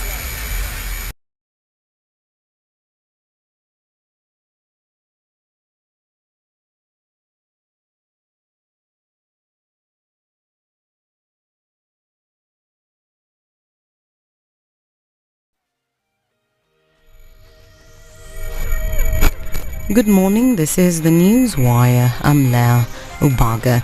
A woman who was allegedly found trafficking 135 kilograms of bang valued at 4 million shillings has pleaded not guilty to the charges. DCI says that 30-year-old Regina Koth denied the charges against her and was released on a cash bail of 50,000 shillings. Koth was apprehended on Saturday in Mombasa at her house in Diani, where several bags containing the drugs and cash worth 12,100 shillings believed to be proceeds of her peddling were seized. The case will be mentioned next week. And news just coming in is that 6 bodies of youth who drowned in Lake Baringo have been retrieved. According to Baringo County Commissioner Stephen Kutua, he's confirmed that after the boat capsized, the search is now over after all the bodies were recovered. Renowned entertainer Alan Ochieng alias Hype Balo has been charged at Kiambu High Court with the murder of Felix Kintosi. A DCI officer attached to Kabete Police Station. Ochieng denied all the charges levelled against him. Lady Justice Dora Chepkoni allowed the prosecution's application and remanded the accused person for 7 more days at Nairobi Remand Prison to allow police complete investigations. He was arrested alongside 6 others, including DJ Joe Mfalme, in connection with the murder of Kintosi. The other 6 were later released and converted into prosecution witnesses. The hearing for the bond application is scheduled for Thursday next week. As the ODM party prepares to conduct its local elections countrywide, Vihiga Senator Godfrey Osotsi has warned those who are not members of ODM against disrupting the elections. Speaking in Bale, Osotsi said that those who will be chosen to monitor the election at each polling station will be thoroughly tested to ensure that they are truly ODM members. na wale ambao wanapanga kuingilia uchaguzi wa chama cha ODM. Mimi kama seneta wa hii kaunti nataka kuwaonya, msijaribu hata kidogo, kwa sababu hamtapata hiyo nafasi. Wale ambao watachaguliwa kwa polling station watakuwa wale wanachama wa ODM ambao wamejulikana, wale ambao wametembea na chama. Mambo ya vyama ingine hiyo mchezo yenu mpeleke mahali ingine. Hapa Vihiga tunafanya mambo yetu kwa njia ya utaratibu na tutachaguana vizuri. Musotsi has further advised ANC members to join ODM as soon as the party is disbanded. Na wale ambao wanataka kuhamia vyama ingine, kama mmesikia chama cha ANC kwamba wanaenda UDA, sisi tunawaambia mko na demokrasia ya kwenda, lakini wale wa ANC ambao watakataa kwenda UDA tunawaambia waingie ndani ya chama cha ODM. Na viongozi wengi hata wale ambao walichaguliwa wa ANC wameniambia kwamba kama ANC inaenda kufunga milango, kama inaenda kubomolewa, watabeba virago yao yote waingie ndani ya chama cha ODM, na tunawakaribisha. ODM's grassroots elections will begin this Saturday in Kwale, Busia and Siaya counties. Trans Nzoia County Governor George Natembeya has issued a stern warning to top officials who disregard the directive to wear uniforms when necessary. Natembeya said it is ironical that he wears a uniform while some senior officials choose not to do so. It's small things that matter in government. Governor wako uniform na wengine hawako uniform. When we say something must be done, something must. Yeah. So either we are all in uniform or we are not in uniform. Because we are not in the business of giving excuses. Because we are talking as delivering as one, as a team. My CECs and chief officers, wakati mnaambiwa vaa uniform, please vaa uniform. I'm not dressed like this because I don't have a suit. Sasa kama you can't follow simple basic instructions that vaa t-shirt rangi fulani ambayo inapata department yako and you come in a suit. Can you manage the resources of that department? He has also threatened to dismiss senior officials who don't know the names of their junior staff they oversee, such as cooks, messengers, drivers and office cleaners. While still on senior staff, please know your team. Where come and CEC and you do not know the name, full name of the person who makes tea for you if there is tea, or somebody who cleans your table. You are a general without soldiers. So, pia mimi nataka next time we come here, tukisema timu ya agriculture kuja ama timu ya land, I'll just pick people randomly na niambia waziri, niambia majina ya hawa. Kama waziri hajui, hiyo ndio siku yake na mimi kuachana. That's the news wire. I'm Lao Ubaga.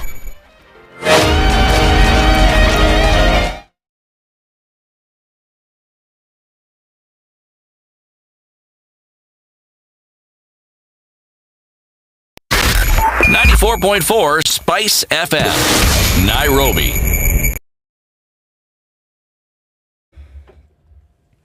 Okay, so where are we? At a few minutes after 9 o'clock, still traffic in parts of the city here and there. We're coming out of traffic hour in about half hour or so, but it looks like we might spill over just a little bit. There's still some traffic coming off of Thika Superhighway, and Kiambu Road looks a lot better now.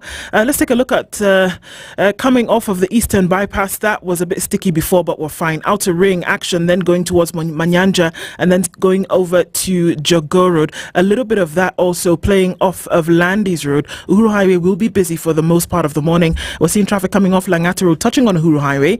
Raila Odinga Way, some of that giving off towards Ngong Road at the roundabout. And then what was busy coming off of Waiyaki Way. Still a little bit of that as we get into the CBD. SpiceFM KE on X, hashtag the Situation Room. Let's keep things moving. Let's talk there.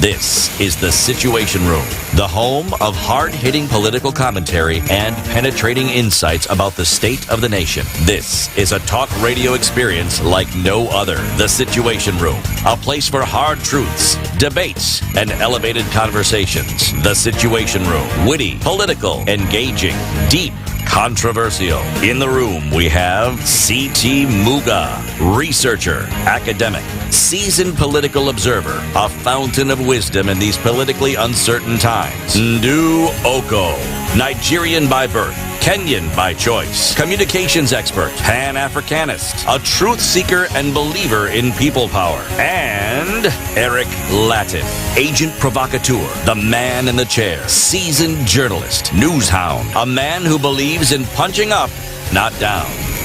This is the Situation Room, the only way to start your day. We're getting into the last hour of Kenya's biggest conversation this morning at 7 minutes after 9 o'clock, and it's been a riveting morning, has it not? Okay, getting into our last conversations for today.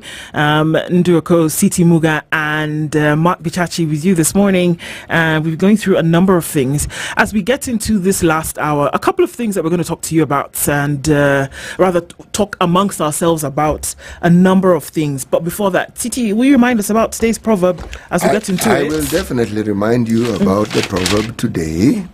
Yes. Congo Brazzaville, that is where the proverbs are from this week.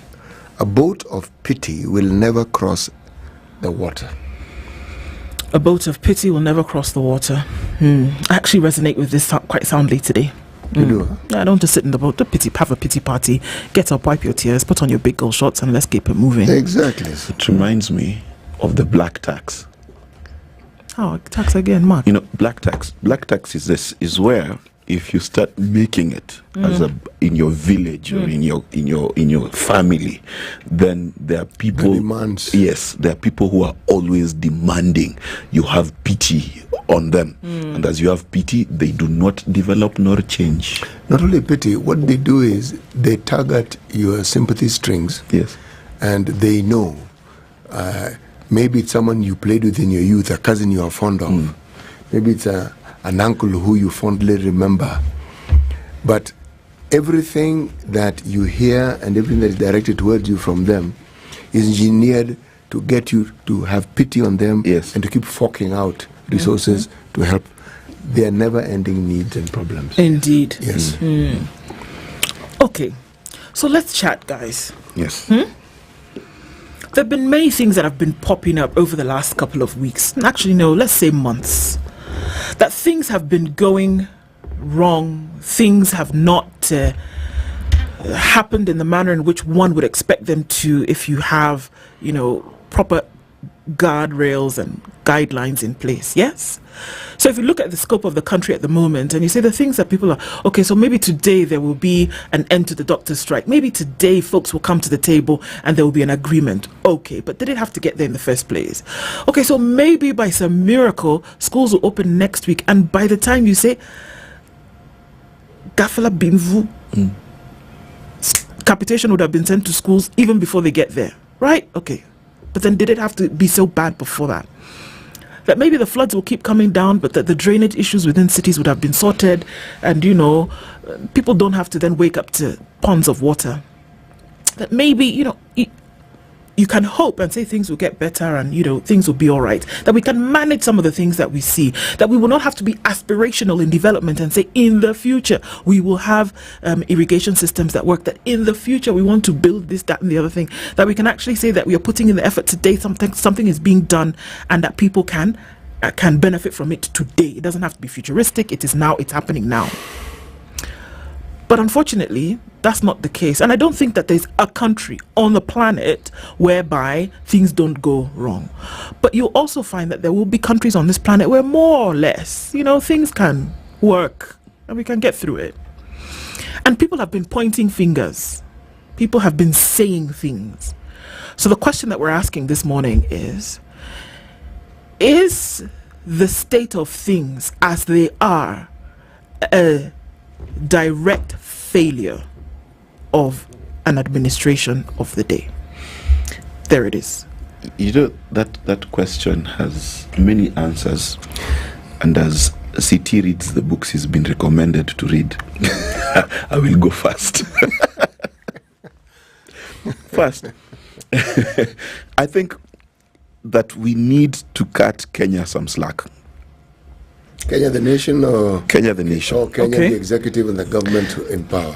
First, we need to understand Kenya is a nation that is hardly, in fact, Africa as a continent is hardly 60 years outside of colonialization.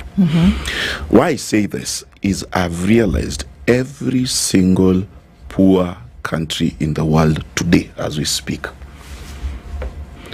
was mishandled by the West and continues to be. 2, Kenya had many, many years of bad rule past colonialization. Many years. But even as I say that, because I'm using the sandwich method, good news, bad news, and then good news. Okay. We are a country that has developed roads and not developed our people. All of those things you're complaining about and everything we complain about is not that Kenya lacks resource in terms of physical and cash. It is that our human resource, at whichever point we've put it, has degraded in terms of morality and responsibility. Take fake fertilizer, for example. Was that fertilizer really fake? Let me just, whatever we want to call it. Let's just talk about the concept that we introduced to, and it was called fake fertilizer. Yes. All right, let's go on with that. It was ordered by a person, received by a person in charge of making sure the goods coming into the country are safe and good, tested by KEBS, put in a warehouse, distributed. The packaging, please. Oh yes, the packaging. Don't forget the packaging. Distributed, and every single person in that chain did not complain. There is a story in South Africa about the Guptas. A certain minister was called by Jacob Zuma, and Jacob Zuma is a character I love to study. But he calls this minister, and he tells the minister, there is, I think, $4 million for you. We just need you to do ABCD. The minister left right there, resigned, and went and complained. Why? Because the South Africa Jacob Zuma was creating was not the South Africa Mandela and Becky and others left. When a country and its people lack that fundamental respect and morality, it goes down. But my sandwich is complete in this, that despite all our complaints, as a country, we are doing much better than I had imagined we would do in the year 2000, compared to where we were in the year 2000, recovering from negative 1.2 GDP growth. We couldn't sit here and speak the way we are speaking. We've made progress, and that progress, I don't think is stoppable. That's my sandwich. Don't know if it's a good sandwich. Well, you know, a sandwich is as good as a sandwich is. Look, this is the thing, and I think that, I mean, for the longest time, just hearing, you know what, people, and I'm talking about actual people. As opposed to what sort of people? We're not talking about, we're talking about people who are actually on the ground with situations today. It's not just what you've conjured up in your mind that people say. No. Actual human beings who've said, well, okay, maybe things could be a little bit better.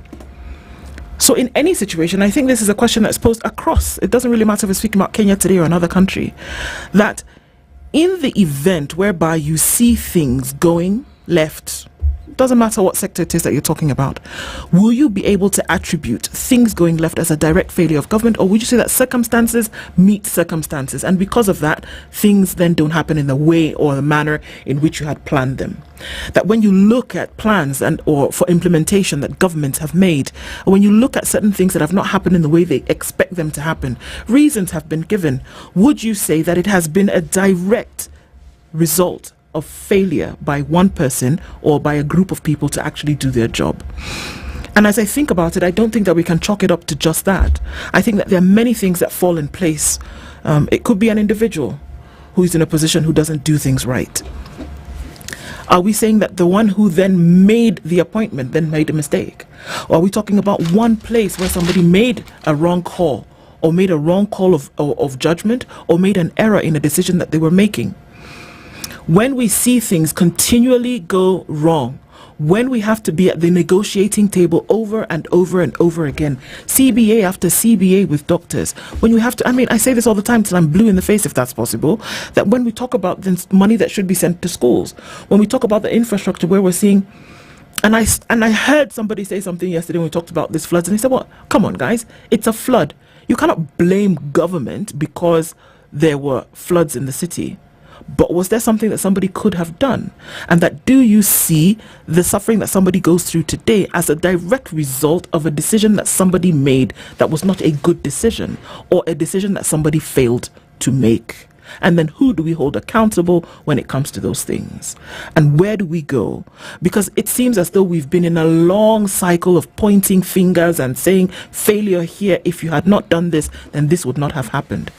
Is there a place where it stops and we say, okay, this is the panacea to all of this? Does it stop somewhere? Does somebody take responsibility at some point? Does somebody then say we are going to fix it? What should happen? And I think that's what we throw up today and say, look, we can point and judge and ask, but what are the solutions? Do we blame external forces? Well, the thing is, let me pick up from what you're saying. What is the dominant culture that we over time have acquired to deal with our problems? There are two things I want to point out. One is this. Human interactions, by their very existence, are a data collecting process. I'm going to explain what I mean. And many of the things that we do are not in and of themselves the reality. No. What they represent is what I would call a coping mechanism that human beings develop over time in order, A, to retain their sanity and to be able to just go through life. So the complaining is not an end in itself, it's a coping mechanism. When you gather together and say, it's a coping mechanism. When other people seem to share that same view that you have, whether it is blaming someone else for a problem or looking at where it is to place the blame or whatever it is a coping mechanism. Now, one may not see it as a coping mechanism because it's something that you've done for such a long time, it's normal to you, but it is a coping mechanism. Why do you think, for instance, that many people take what they call criticizing a government, not necessarily criticizing a government? There are those who think it is wrong, you should not criticize the government. Why? It's not the government. Those are people who subscribe to the view that authority should not be questioned. Okay? There are those who feel authority, by its very existence, exists to be questioned. Okay? Otherwise, their questioning is supposed to keep them in check. If they're not kept in check, then they're likely to go overboard. If it's there, we question it. Authority is personified in an individual or individuals or a group of individuals. Okay? So, what is it then about positions of authority that then lends itself to what we see in this country?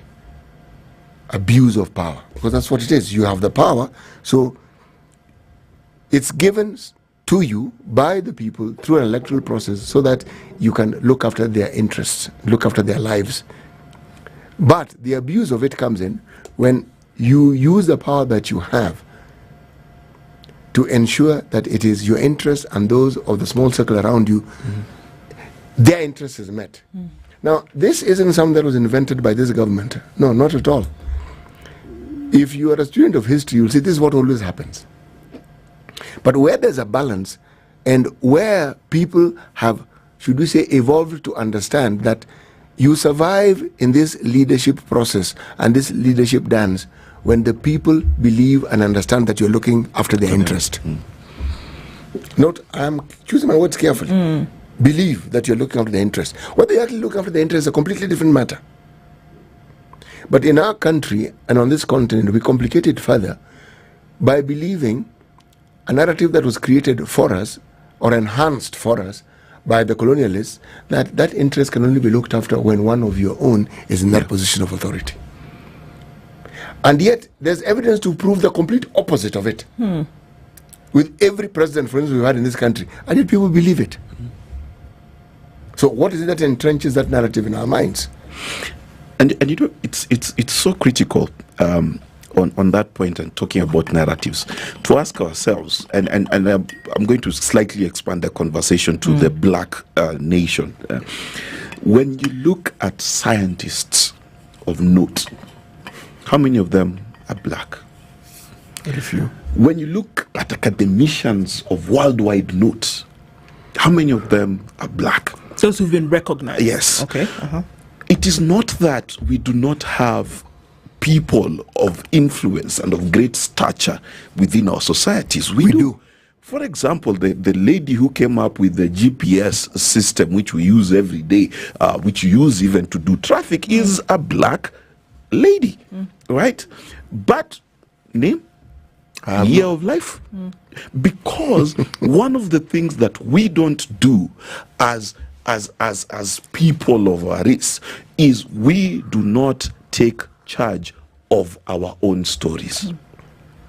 It is so easy to see one of our stars to fall, but it's very hard to rise up a star. And that translates this way.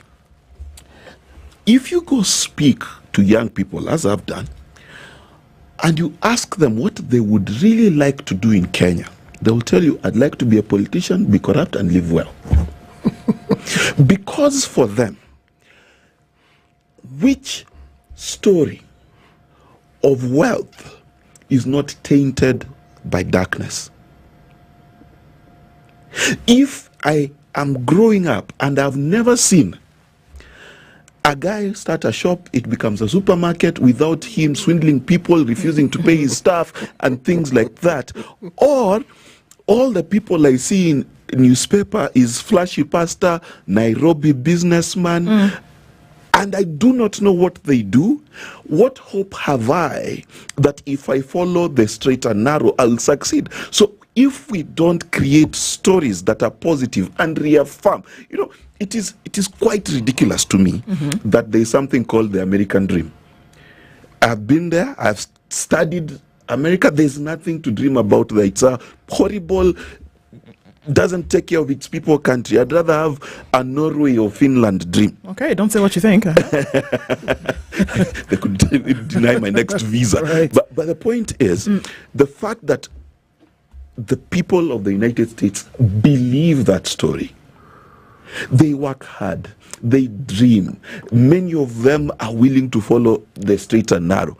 The stories we tell matter. Now, City said something to the PS in the morning that really stuck with me.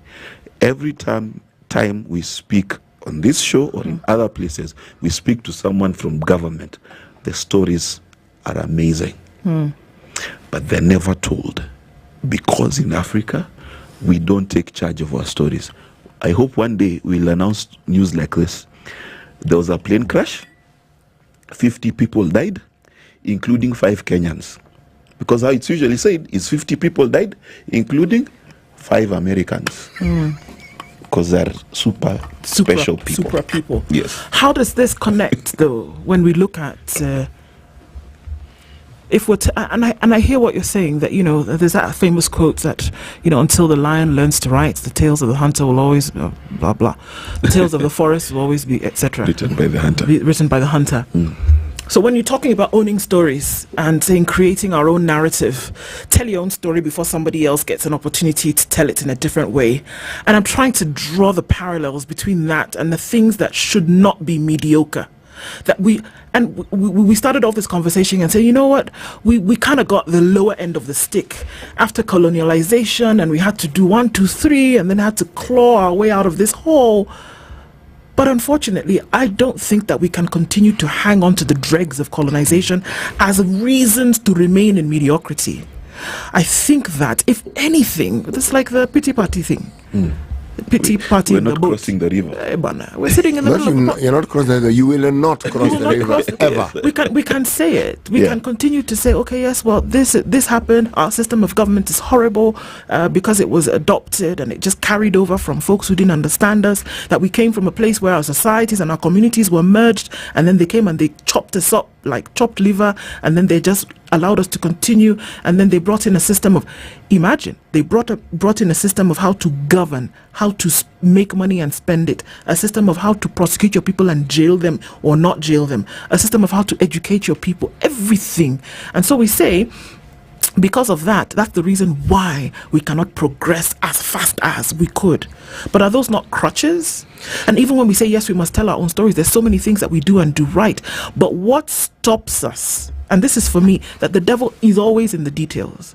That when we talk about people who are doing, we talk about nations, regions that are doing progressively well, they're not doing big things all at once together. No, they're doing small things consistently, and they're doing them properly, and everybody is taking responsibility for their action. It could, guess what? It could be the most wayward person, but when they get into the system of a government that affects the lives of other people, even if it is taking this thing and moving it from here to here, guess what? Every day they will move this thing from here to here. Never will there be a day where they say, well, you know what? I really don't feel like it today. No. Because, like you say, they believe it, they understand that this is what we must do in order for this thing to succeed. So it's every day doing the thing that you're supposed to do, doing it right. Where does leadership come into this conversation? Because what you're saying is absolutely true. But where does leadership come in? And where does credible leadership that is believable and leadership that can be followed? Because whether it's bad or good, it's always followed. It is. Yes. Not everybody follows, but you will have followers.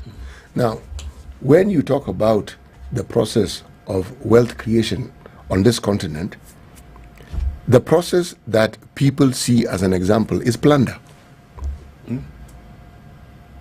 That is what is dominant. Now,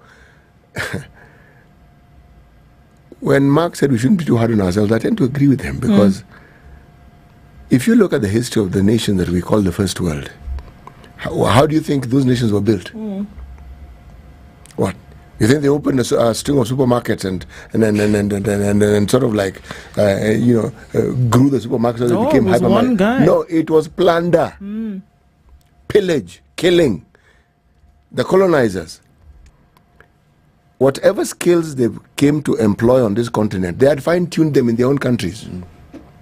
The English had fine-tuned them. They have the Welsh, who are their neighbors. They have the Irish, they have the Scots, who are their neighbors. You only need to read the history of the English and look at what it is that they did over time. God, yes, especially to the Irish. Yes, horrible. And then look at how within that they would find people from these very communities whom they are vanquishing to be part and parcel of them. That's where the ruling class and the aristocracy came in. Okay? But people who then later became gentry, many of them were pirates and worst possible murderers you could ever think of. Is that over a passage of time, all that became decently whitewashed. They sanitized it. Yes, exactly. And then, because you ask, how did they end up owning this huge tracts of land and yet there were other people? They didn't sort of like go and say, can we please? No. How did they become the diamond You were dealers? subjugated to the point where, and over time, it became the norm. When people like Oliver Cromwell are having a hard time, what do you think they were doing?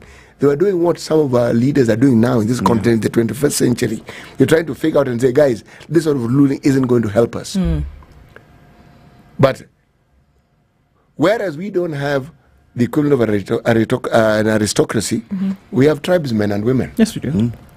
And they support you, irrespective of how bad and how wrong you are.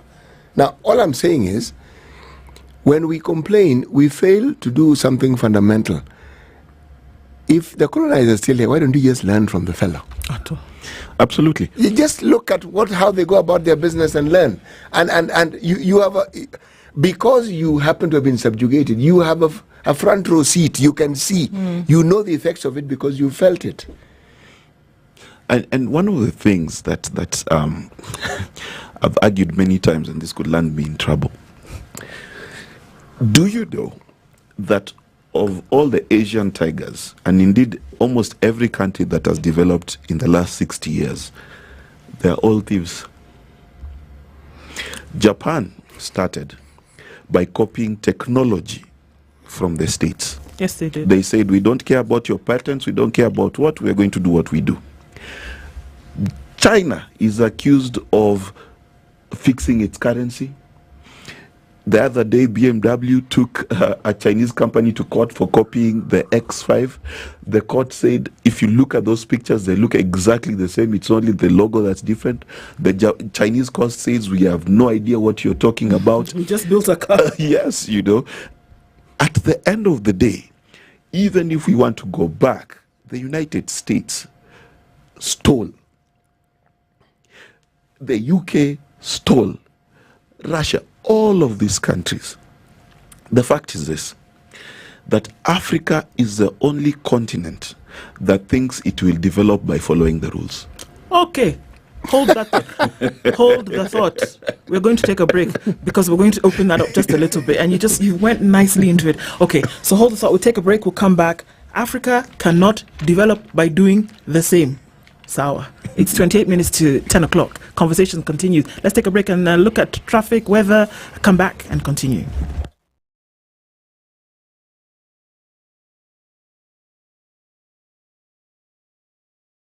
This is the Situation Room, the only way to start your day.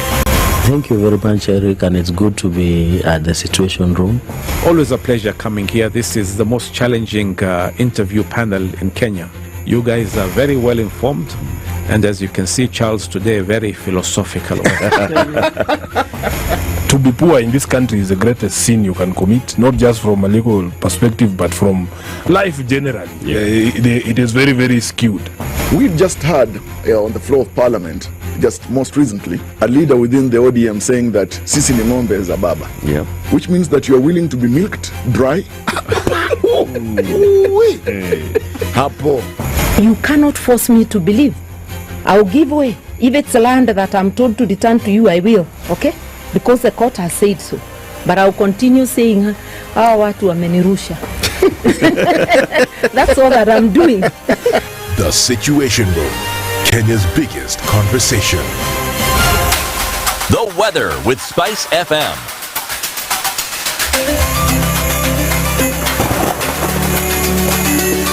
Partly sunny conditions in Nairobi. We'll see highs of 23 and lows of 16. We'll see lows of 16 in a sunny Nakuru at 20 and 19 and sunny in Nyeri, coming down to lows of 16. In Eldoret, it's sunny at 20 with highs of 26. And into Mombasa, sunny at 28. We'll go to highs of 31 and we'll see highs of 31 in a sunny Malindi, currently at 29. It's mostly sunny at 24 in Kisumu, going to highs of 28, and we'll see highs of 29 in a mostly sunny Kakamega at 23. Kampala is sunny at 25 with highs of 28, and into Dar es Salaam at 25, it's cloudy with highs of 28. Johannesburg is sunny at 22 with highs of 28, and at 31, Mogadishu is sunny with highs of 33. Addis Ababa at 19 is sunny with highs of 24, and we're looking into sunny conditions at 25 with cloudy conditions at 25 in Kinshasa, with heavy rain at 25 in Lagos, going to highs of 32. It's 7 degrees in London, going to highs of 11, and 4 degrees in Paris, going to highs of 12. Round things out in New York, where it's clear at 9 degrees. Coming into Tuesday, we'll see highs of 16.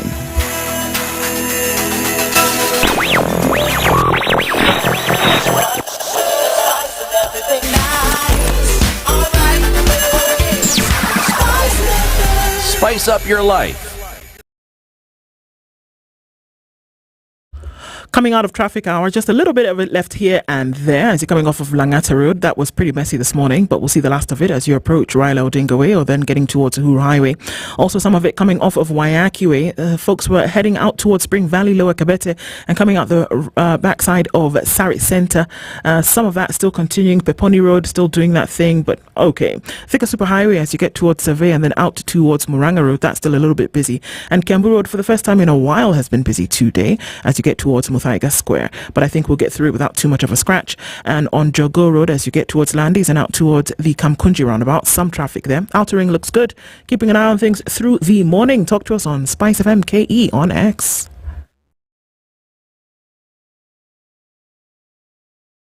Mature, intelligent talk every morning. Spice up yourself.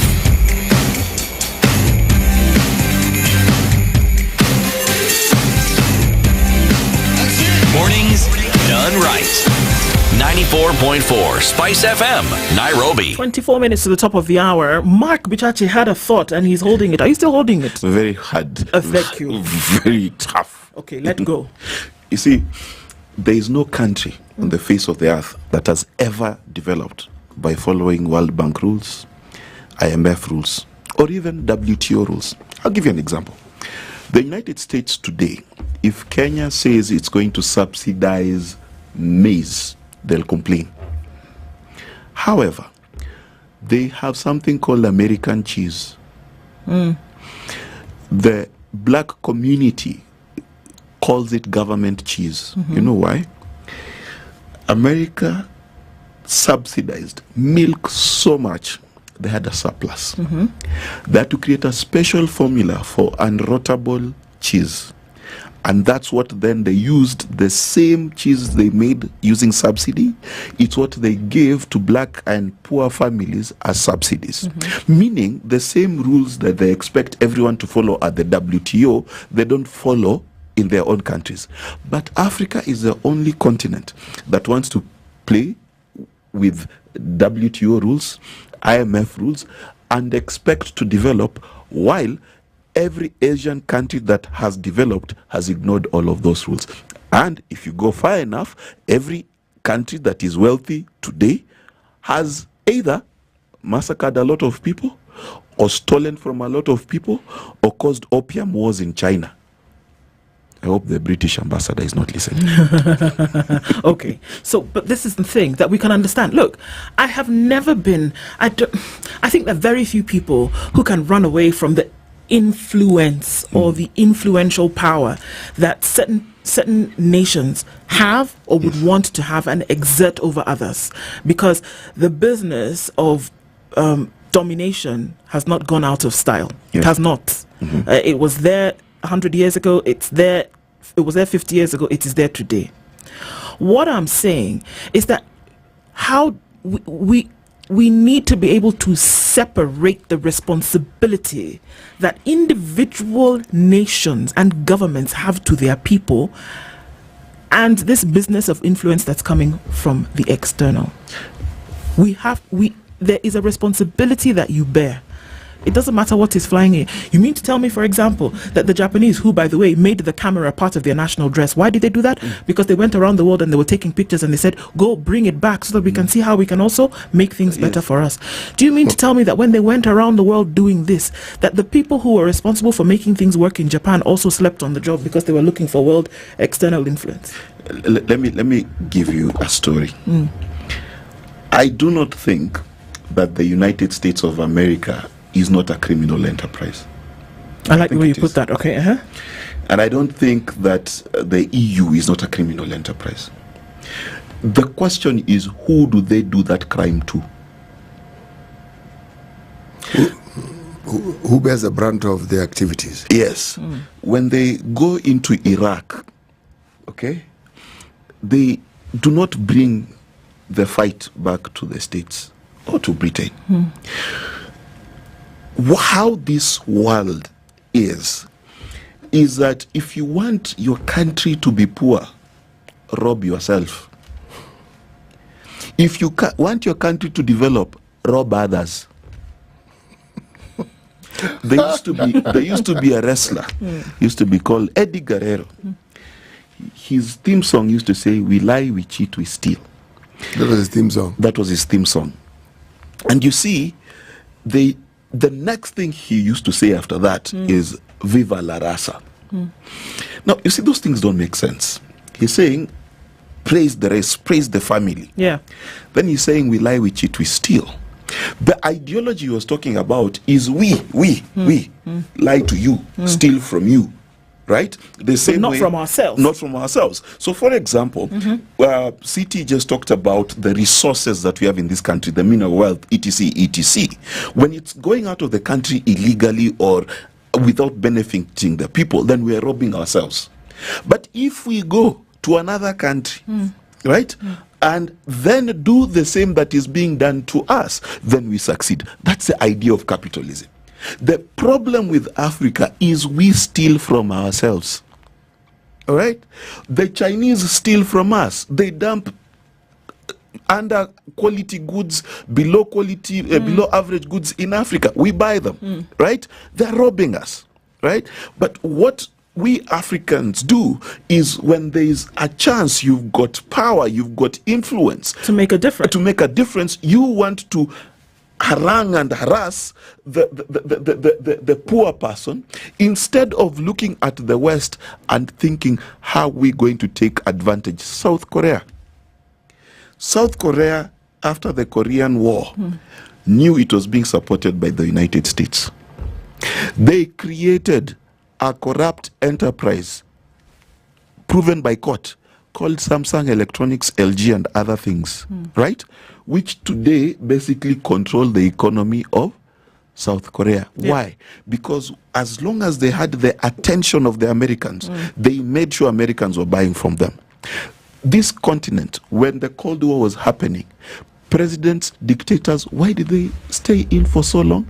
They were not deposed because we went to the streets to demonstrate. It's because the money that was competing to come into Africa between Russia and America froze. But what did they used to do with that money? Pocket it instead of leverage it for their own people. So there are lessons that can be learned that we're not actually taking advantage of. And the thing is, you cannot, how do you divest somebody of then, or people, communities, whereby, because this is it, that people, we started off with this show today when we talked about people having quit their jobs to run for public office, people having left, careers to say, let me go into a position of politics. Why? Is it because people wanted to change the status quo? Is it that people wanted to lend their hand towards making things better? But here we are. Maybe that's actually seeing this through. That people see another opportunity whereby I then can benefit personally if I'm in this position. How do we move from this point where we are saying, guys, in a position of public leadership, of governance, what you're actually supposed to be doing is seeing how you can make it better. That we do not know it, I think, is an untruth. I think we do know what those positions are. But the selfishness is not for country. It's for me as an individual.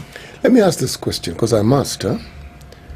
What do those who aspire for positions of leadership believe leadership is? And those who vote for them and those who give them those positions, what do they understand leadership to be? Because, see, the vicious cycle that we keep talking about, we talk about it as though we have accepted it as the norm. Yet, if I listen to how we talk, on the one hand, we are frustrated. On the one hand, we'd like to see it change. And yet, we are very reluctant to understand what our role should be. It has to be someone else's role. Why? You have given someone a job, and then you think that it is no longer your job to superintend that person to make sure that whom you've given the job. And you'd like to blame someone else when it is pointed out that that person is not doing what they're supposed to do. There are people who have time. I think that's what the Connect is lost, City. I think that thing that you said, I think, is fundamental in terms of when we talk about citizen-led governance. That we think that we can vote, we cast a ballot, and it's done and dusted, isn't it? And then your job ends until another 5 years or 4 years or whatever else happens later. And that the work has only begun when you cast your vote. That at that point is when you say, okay, we're in this thing together. You're in the position, but I'm the one who is pushing you along and keeping an eye on you to make sure that you're actually doing it. And I think that connection is lost, whereby you say that this and this and this needs to happen, or in the event that you're not doing your job, then I'm going to rally around the troops the same way we came to vote to, hold you accountable. And in that event where it's not happening, we get rid of you. That doesn't happen. The connect is lost. Not that people are not aware that they need to keep shouting from the bleachers, but the connect is lost. I'm telling you, when you voted, and then you wish and hope and pray that this person actually does what they're supposed to do. We don't make the connection between saying, after the vote, am I keeping an eye on you to make sure that you're actually doing what you're supposed to do? We don't. After 1963 City, Kenyans did not chase the colonialist away to change the system. No. Kenyans wanted a nicer mkoloni. Because, let me explain. Or did they want to be like the mkoloni? The ones who got power wanted to be like the mkoloni. But the Kenyan, even today, wants a nice mkoloni. Let me explain what I mean. The reason why Kenyans do not supervise, superintend, and monitor their leaders is because those leaders are leaders. They do not have borrowed power from us. That's not how Kenyans view it. I'll give you an example. True story. I know of someone who was appointed to a very senior authority in this country. And then he was appointed the chairman. And he was sitting across from the former chairman. And the former chairman is sitting with his files trying to brief the guy. The guy is not listening. Then after a while he said, "Can I ask questions instead?" Former chairman is like, "Yes, please ask." Says, "I have 2 questions. First, what does this authority do?" Question. 1, doesn't know what it does.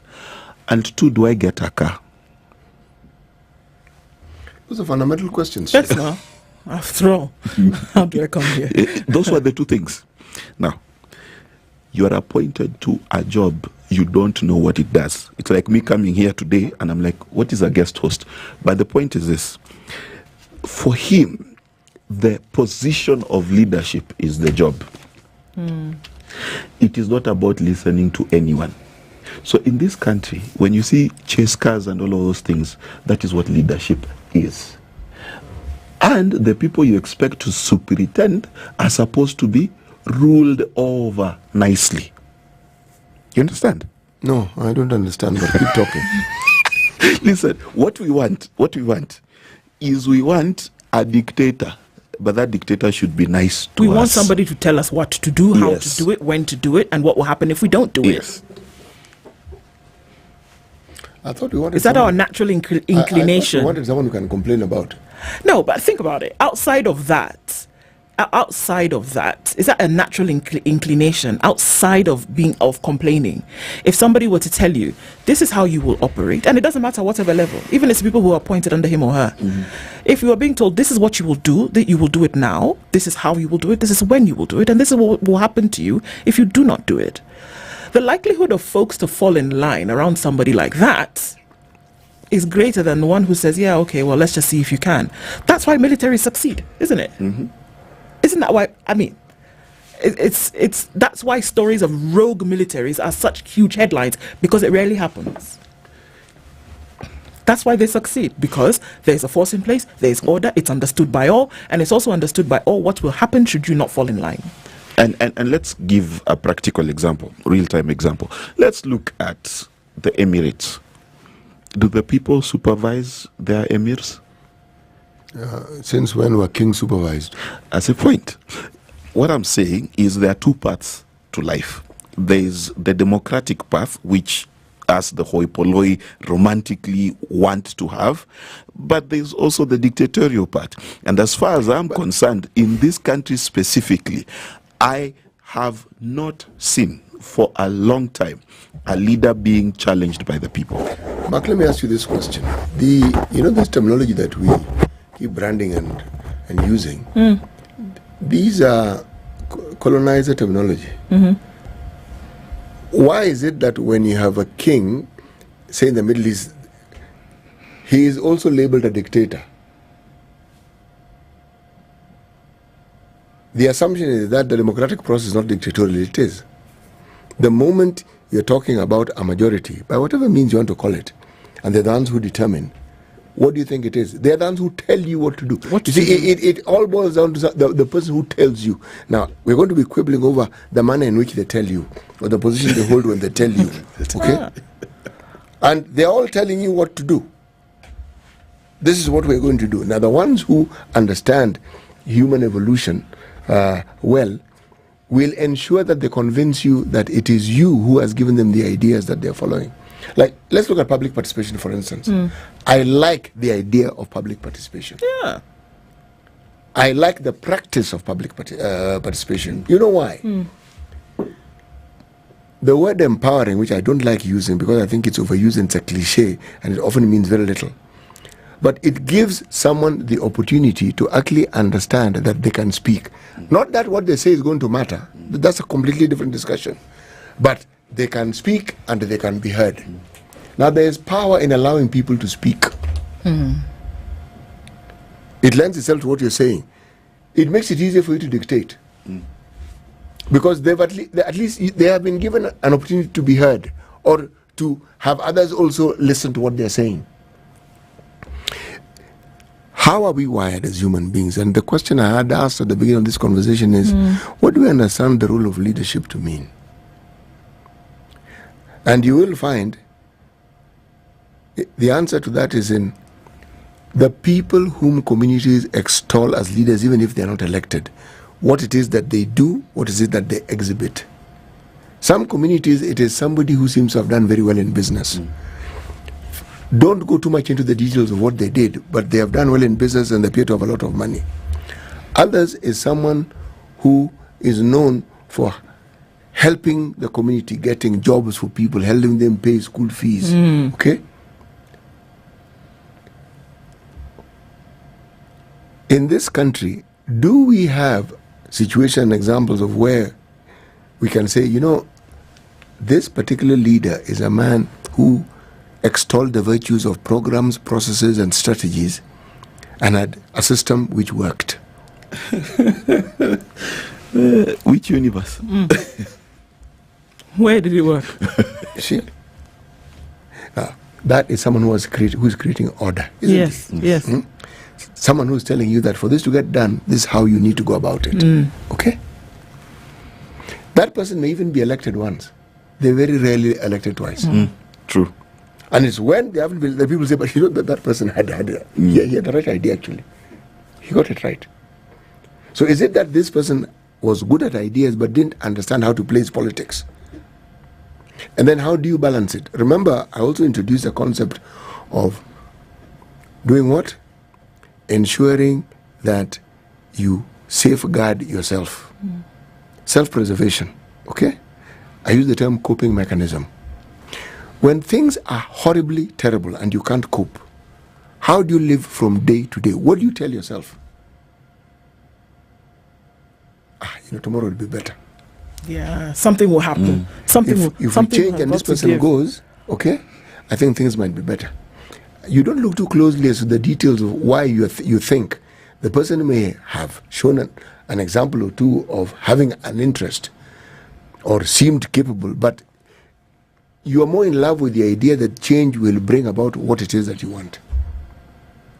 Now, in this country, in our last election, we did have change because there was an interest in politics, identity politics as we call it, where there are people who, by virtue of their parents, are dynastic. And then there's this other group that you and I belong to, where we are the sufferers and we are the burden carriers. And we are the people who have been downtrodden for the longest possible time. Did the people of this country look closely and ask, this downtrodden person, are these scales of being downtrodden, is this person as downtrodden as I am? Are we really on the same scale? The questions were not asked. But the narrative was pleasing because it seemed to promise change. Now, the change that is spoken of and the change that you expect to see is usually a great variance because somebody believes that what is being said is what they believe in their heads is what they expect. And then the realities of politics come in. And that is, it's usually harsh because it doesn't excuse you. Very rarely will you be able to achieve the things you thought you want to do, even if you're extremely sincere. True. Can we then call on such a people who are saying, you know what, things are looking a certain way, we're not, right now our confidence is dipping. Can we call on such a people to then hold? And I think we keep asking this question because the importance of it is great. Can we then hold a leadership, a leader, a group to account when at that point you're feeling as though, my goodness, it's like chicken lick in the sky is falling on our heads? Can we really say that you expect this group of people to say, you know what, okay, sour, things are looking the way they are, but you know what, come on, you cannot operate like this. You need to do better as a leader? There's a fellow who was running for the Republican ticket in the United States. His name is quite hard. But his idea was that Americans should not be allowed to vote unless they pass a civics exam. Now, Aristotle, when he was some sort of weighted voting. Yeah, no, come that you need to before the weighted. So weighted voting is another issue. You have to demonstrate. Like you have to demonstrate that you understand government and governance and things like that. When democracy was being fronted as an idea among the Greek, Aristotle famously asked who should vote. So there's been the question of people who pay taxes should vote. Because if you pay taxes, you want to know how it's done. You have buy-in. People have said that people who are educated in civics should vote. And I want to say something unpopular. I honestly think that democracy is a hoax when the people voting are either poor or ignorant. And where they're knowledgeable, you don't think it's a hoax? No, it is less likely to be a hoax. It's less of a hoax when they're knowledgeable and maybe a little bit wealthy. Listen, you know, the truth is, in any system where you are encumbered by poverty and lack of knowledge, your decisions are poorer. So long as it's not an African country.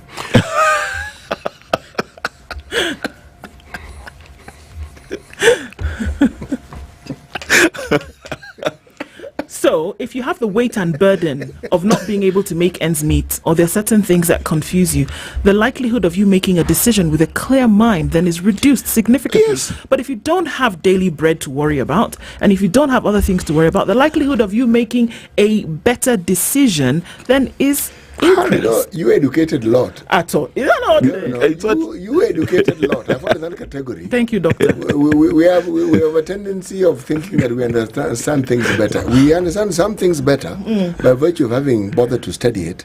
But let me tell you, when it comes to just the fundamentals of what we're talking about, we are not any different from somebody who didn't go to school. But are you not the one who says, CT, that at that moment when somebody is giving you 200 shillings, you're thinking about your stomach that day as opposed to what this person is going to do in office tomorrow? I agree, but the person who's educated thinks of the stomach into the future. Same stomach. That's the only difference. But you see, that's the thing. Yes. The person who's educated, in fact, forget about education. Let's just take wealth. If a vote in my constituency costs 500 shillings, right?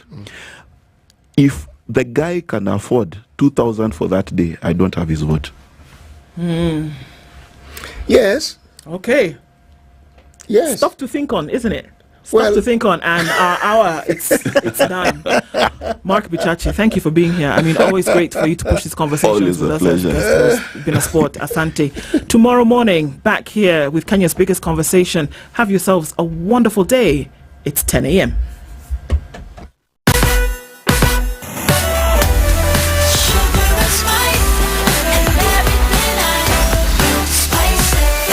Spice up your life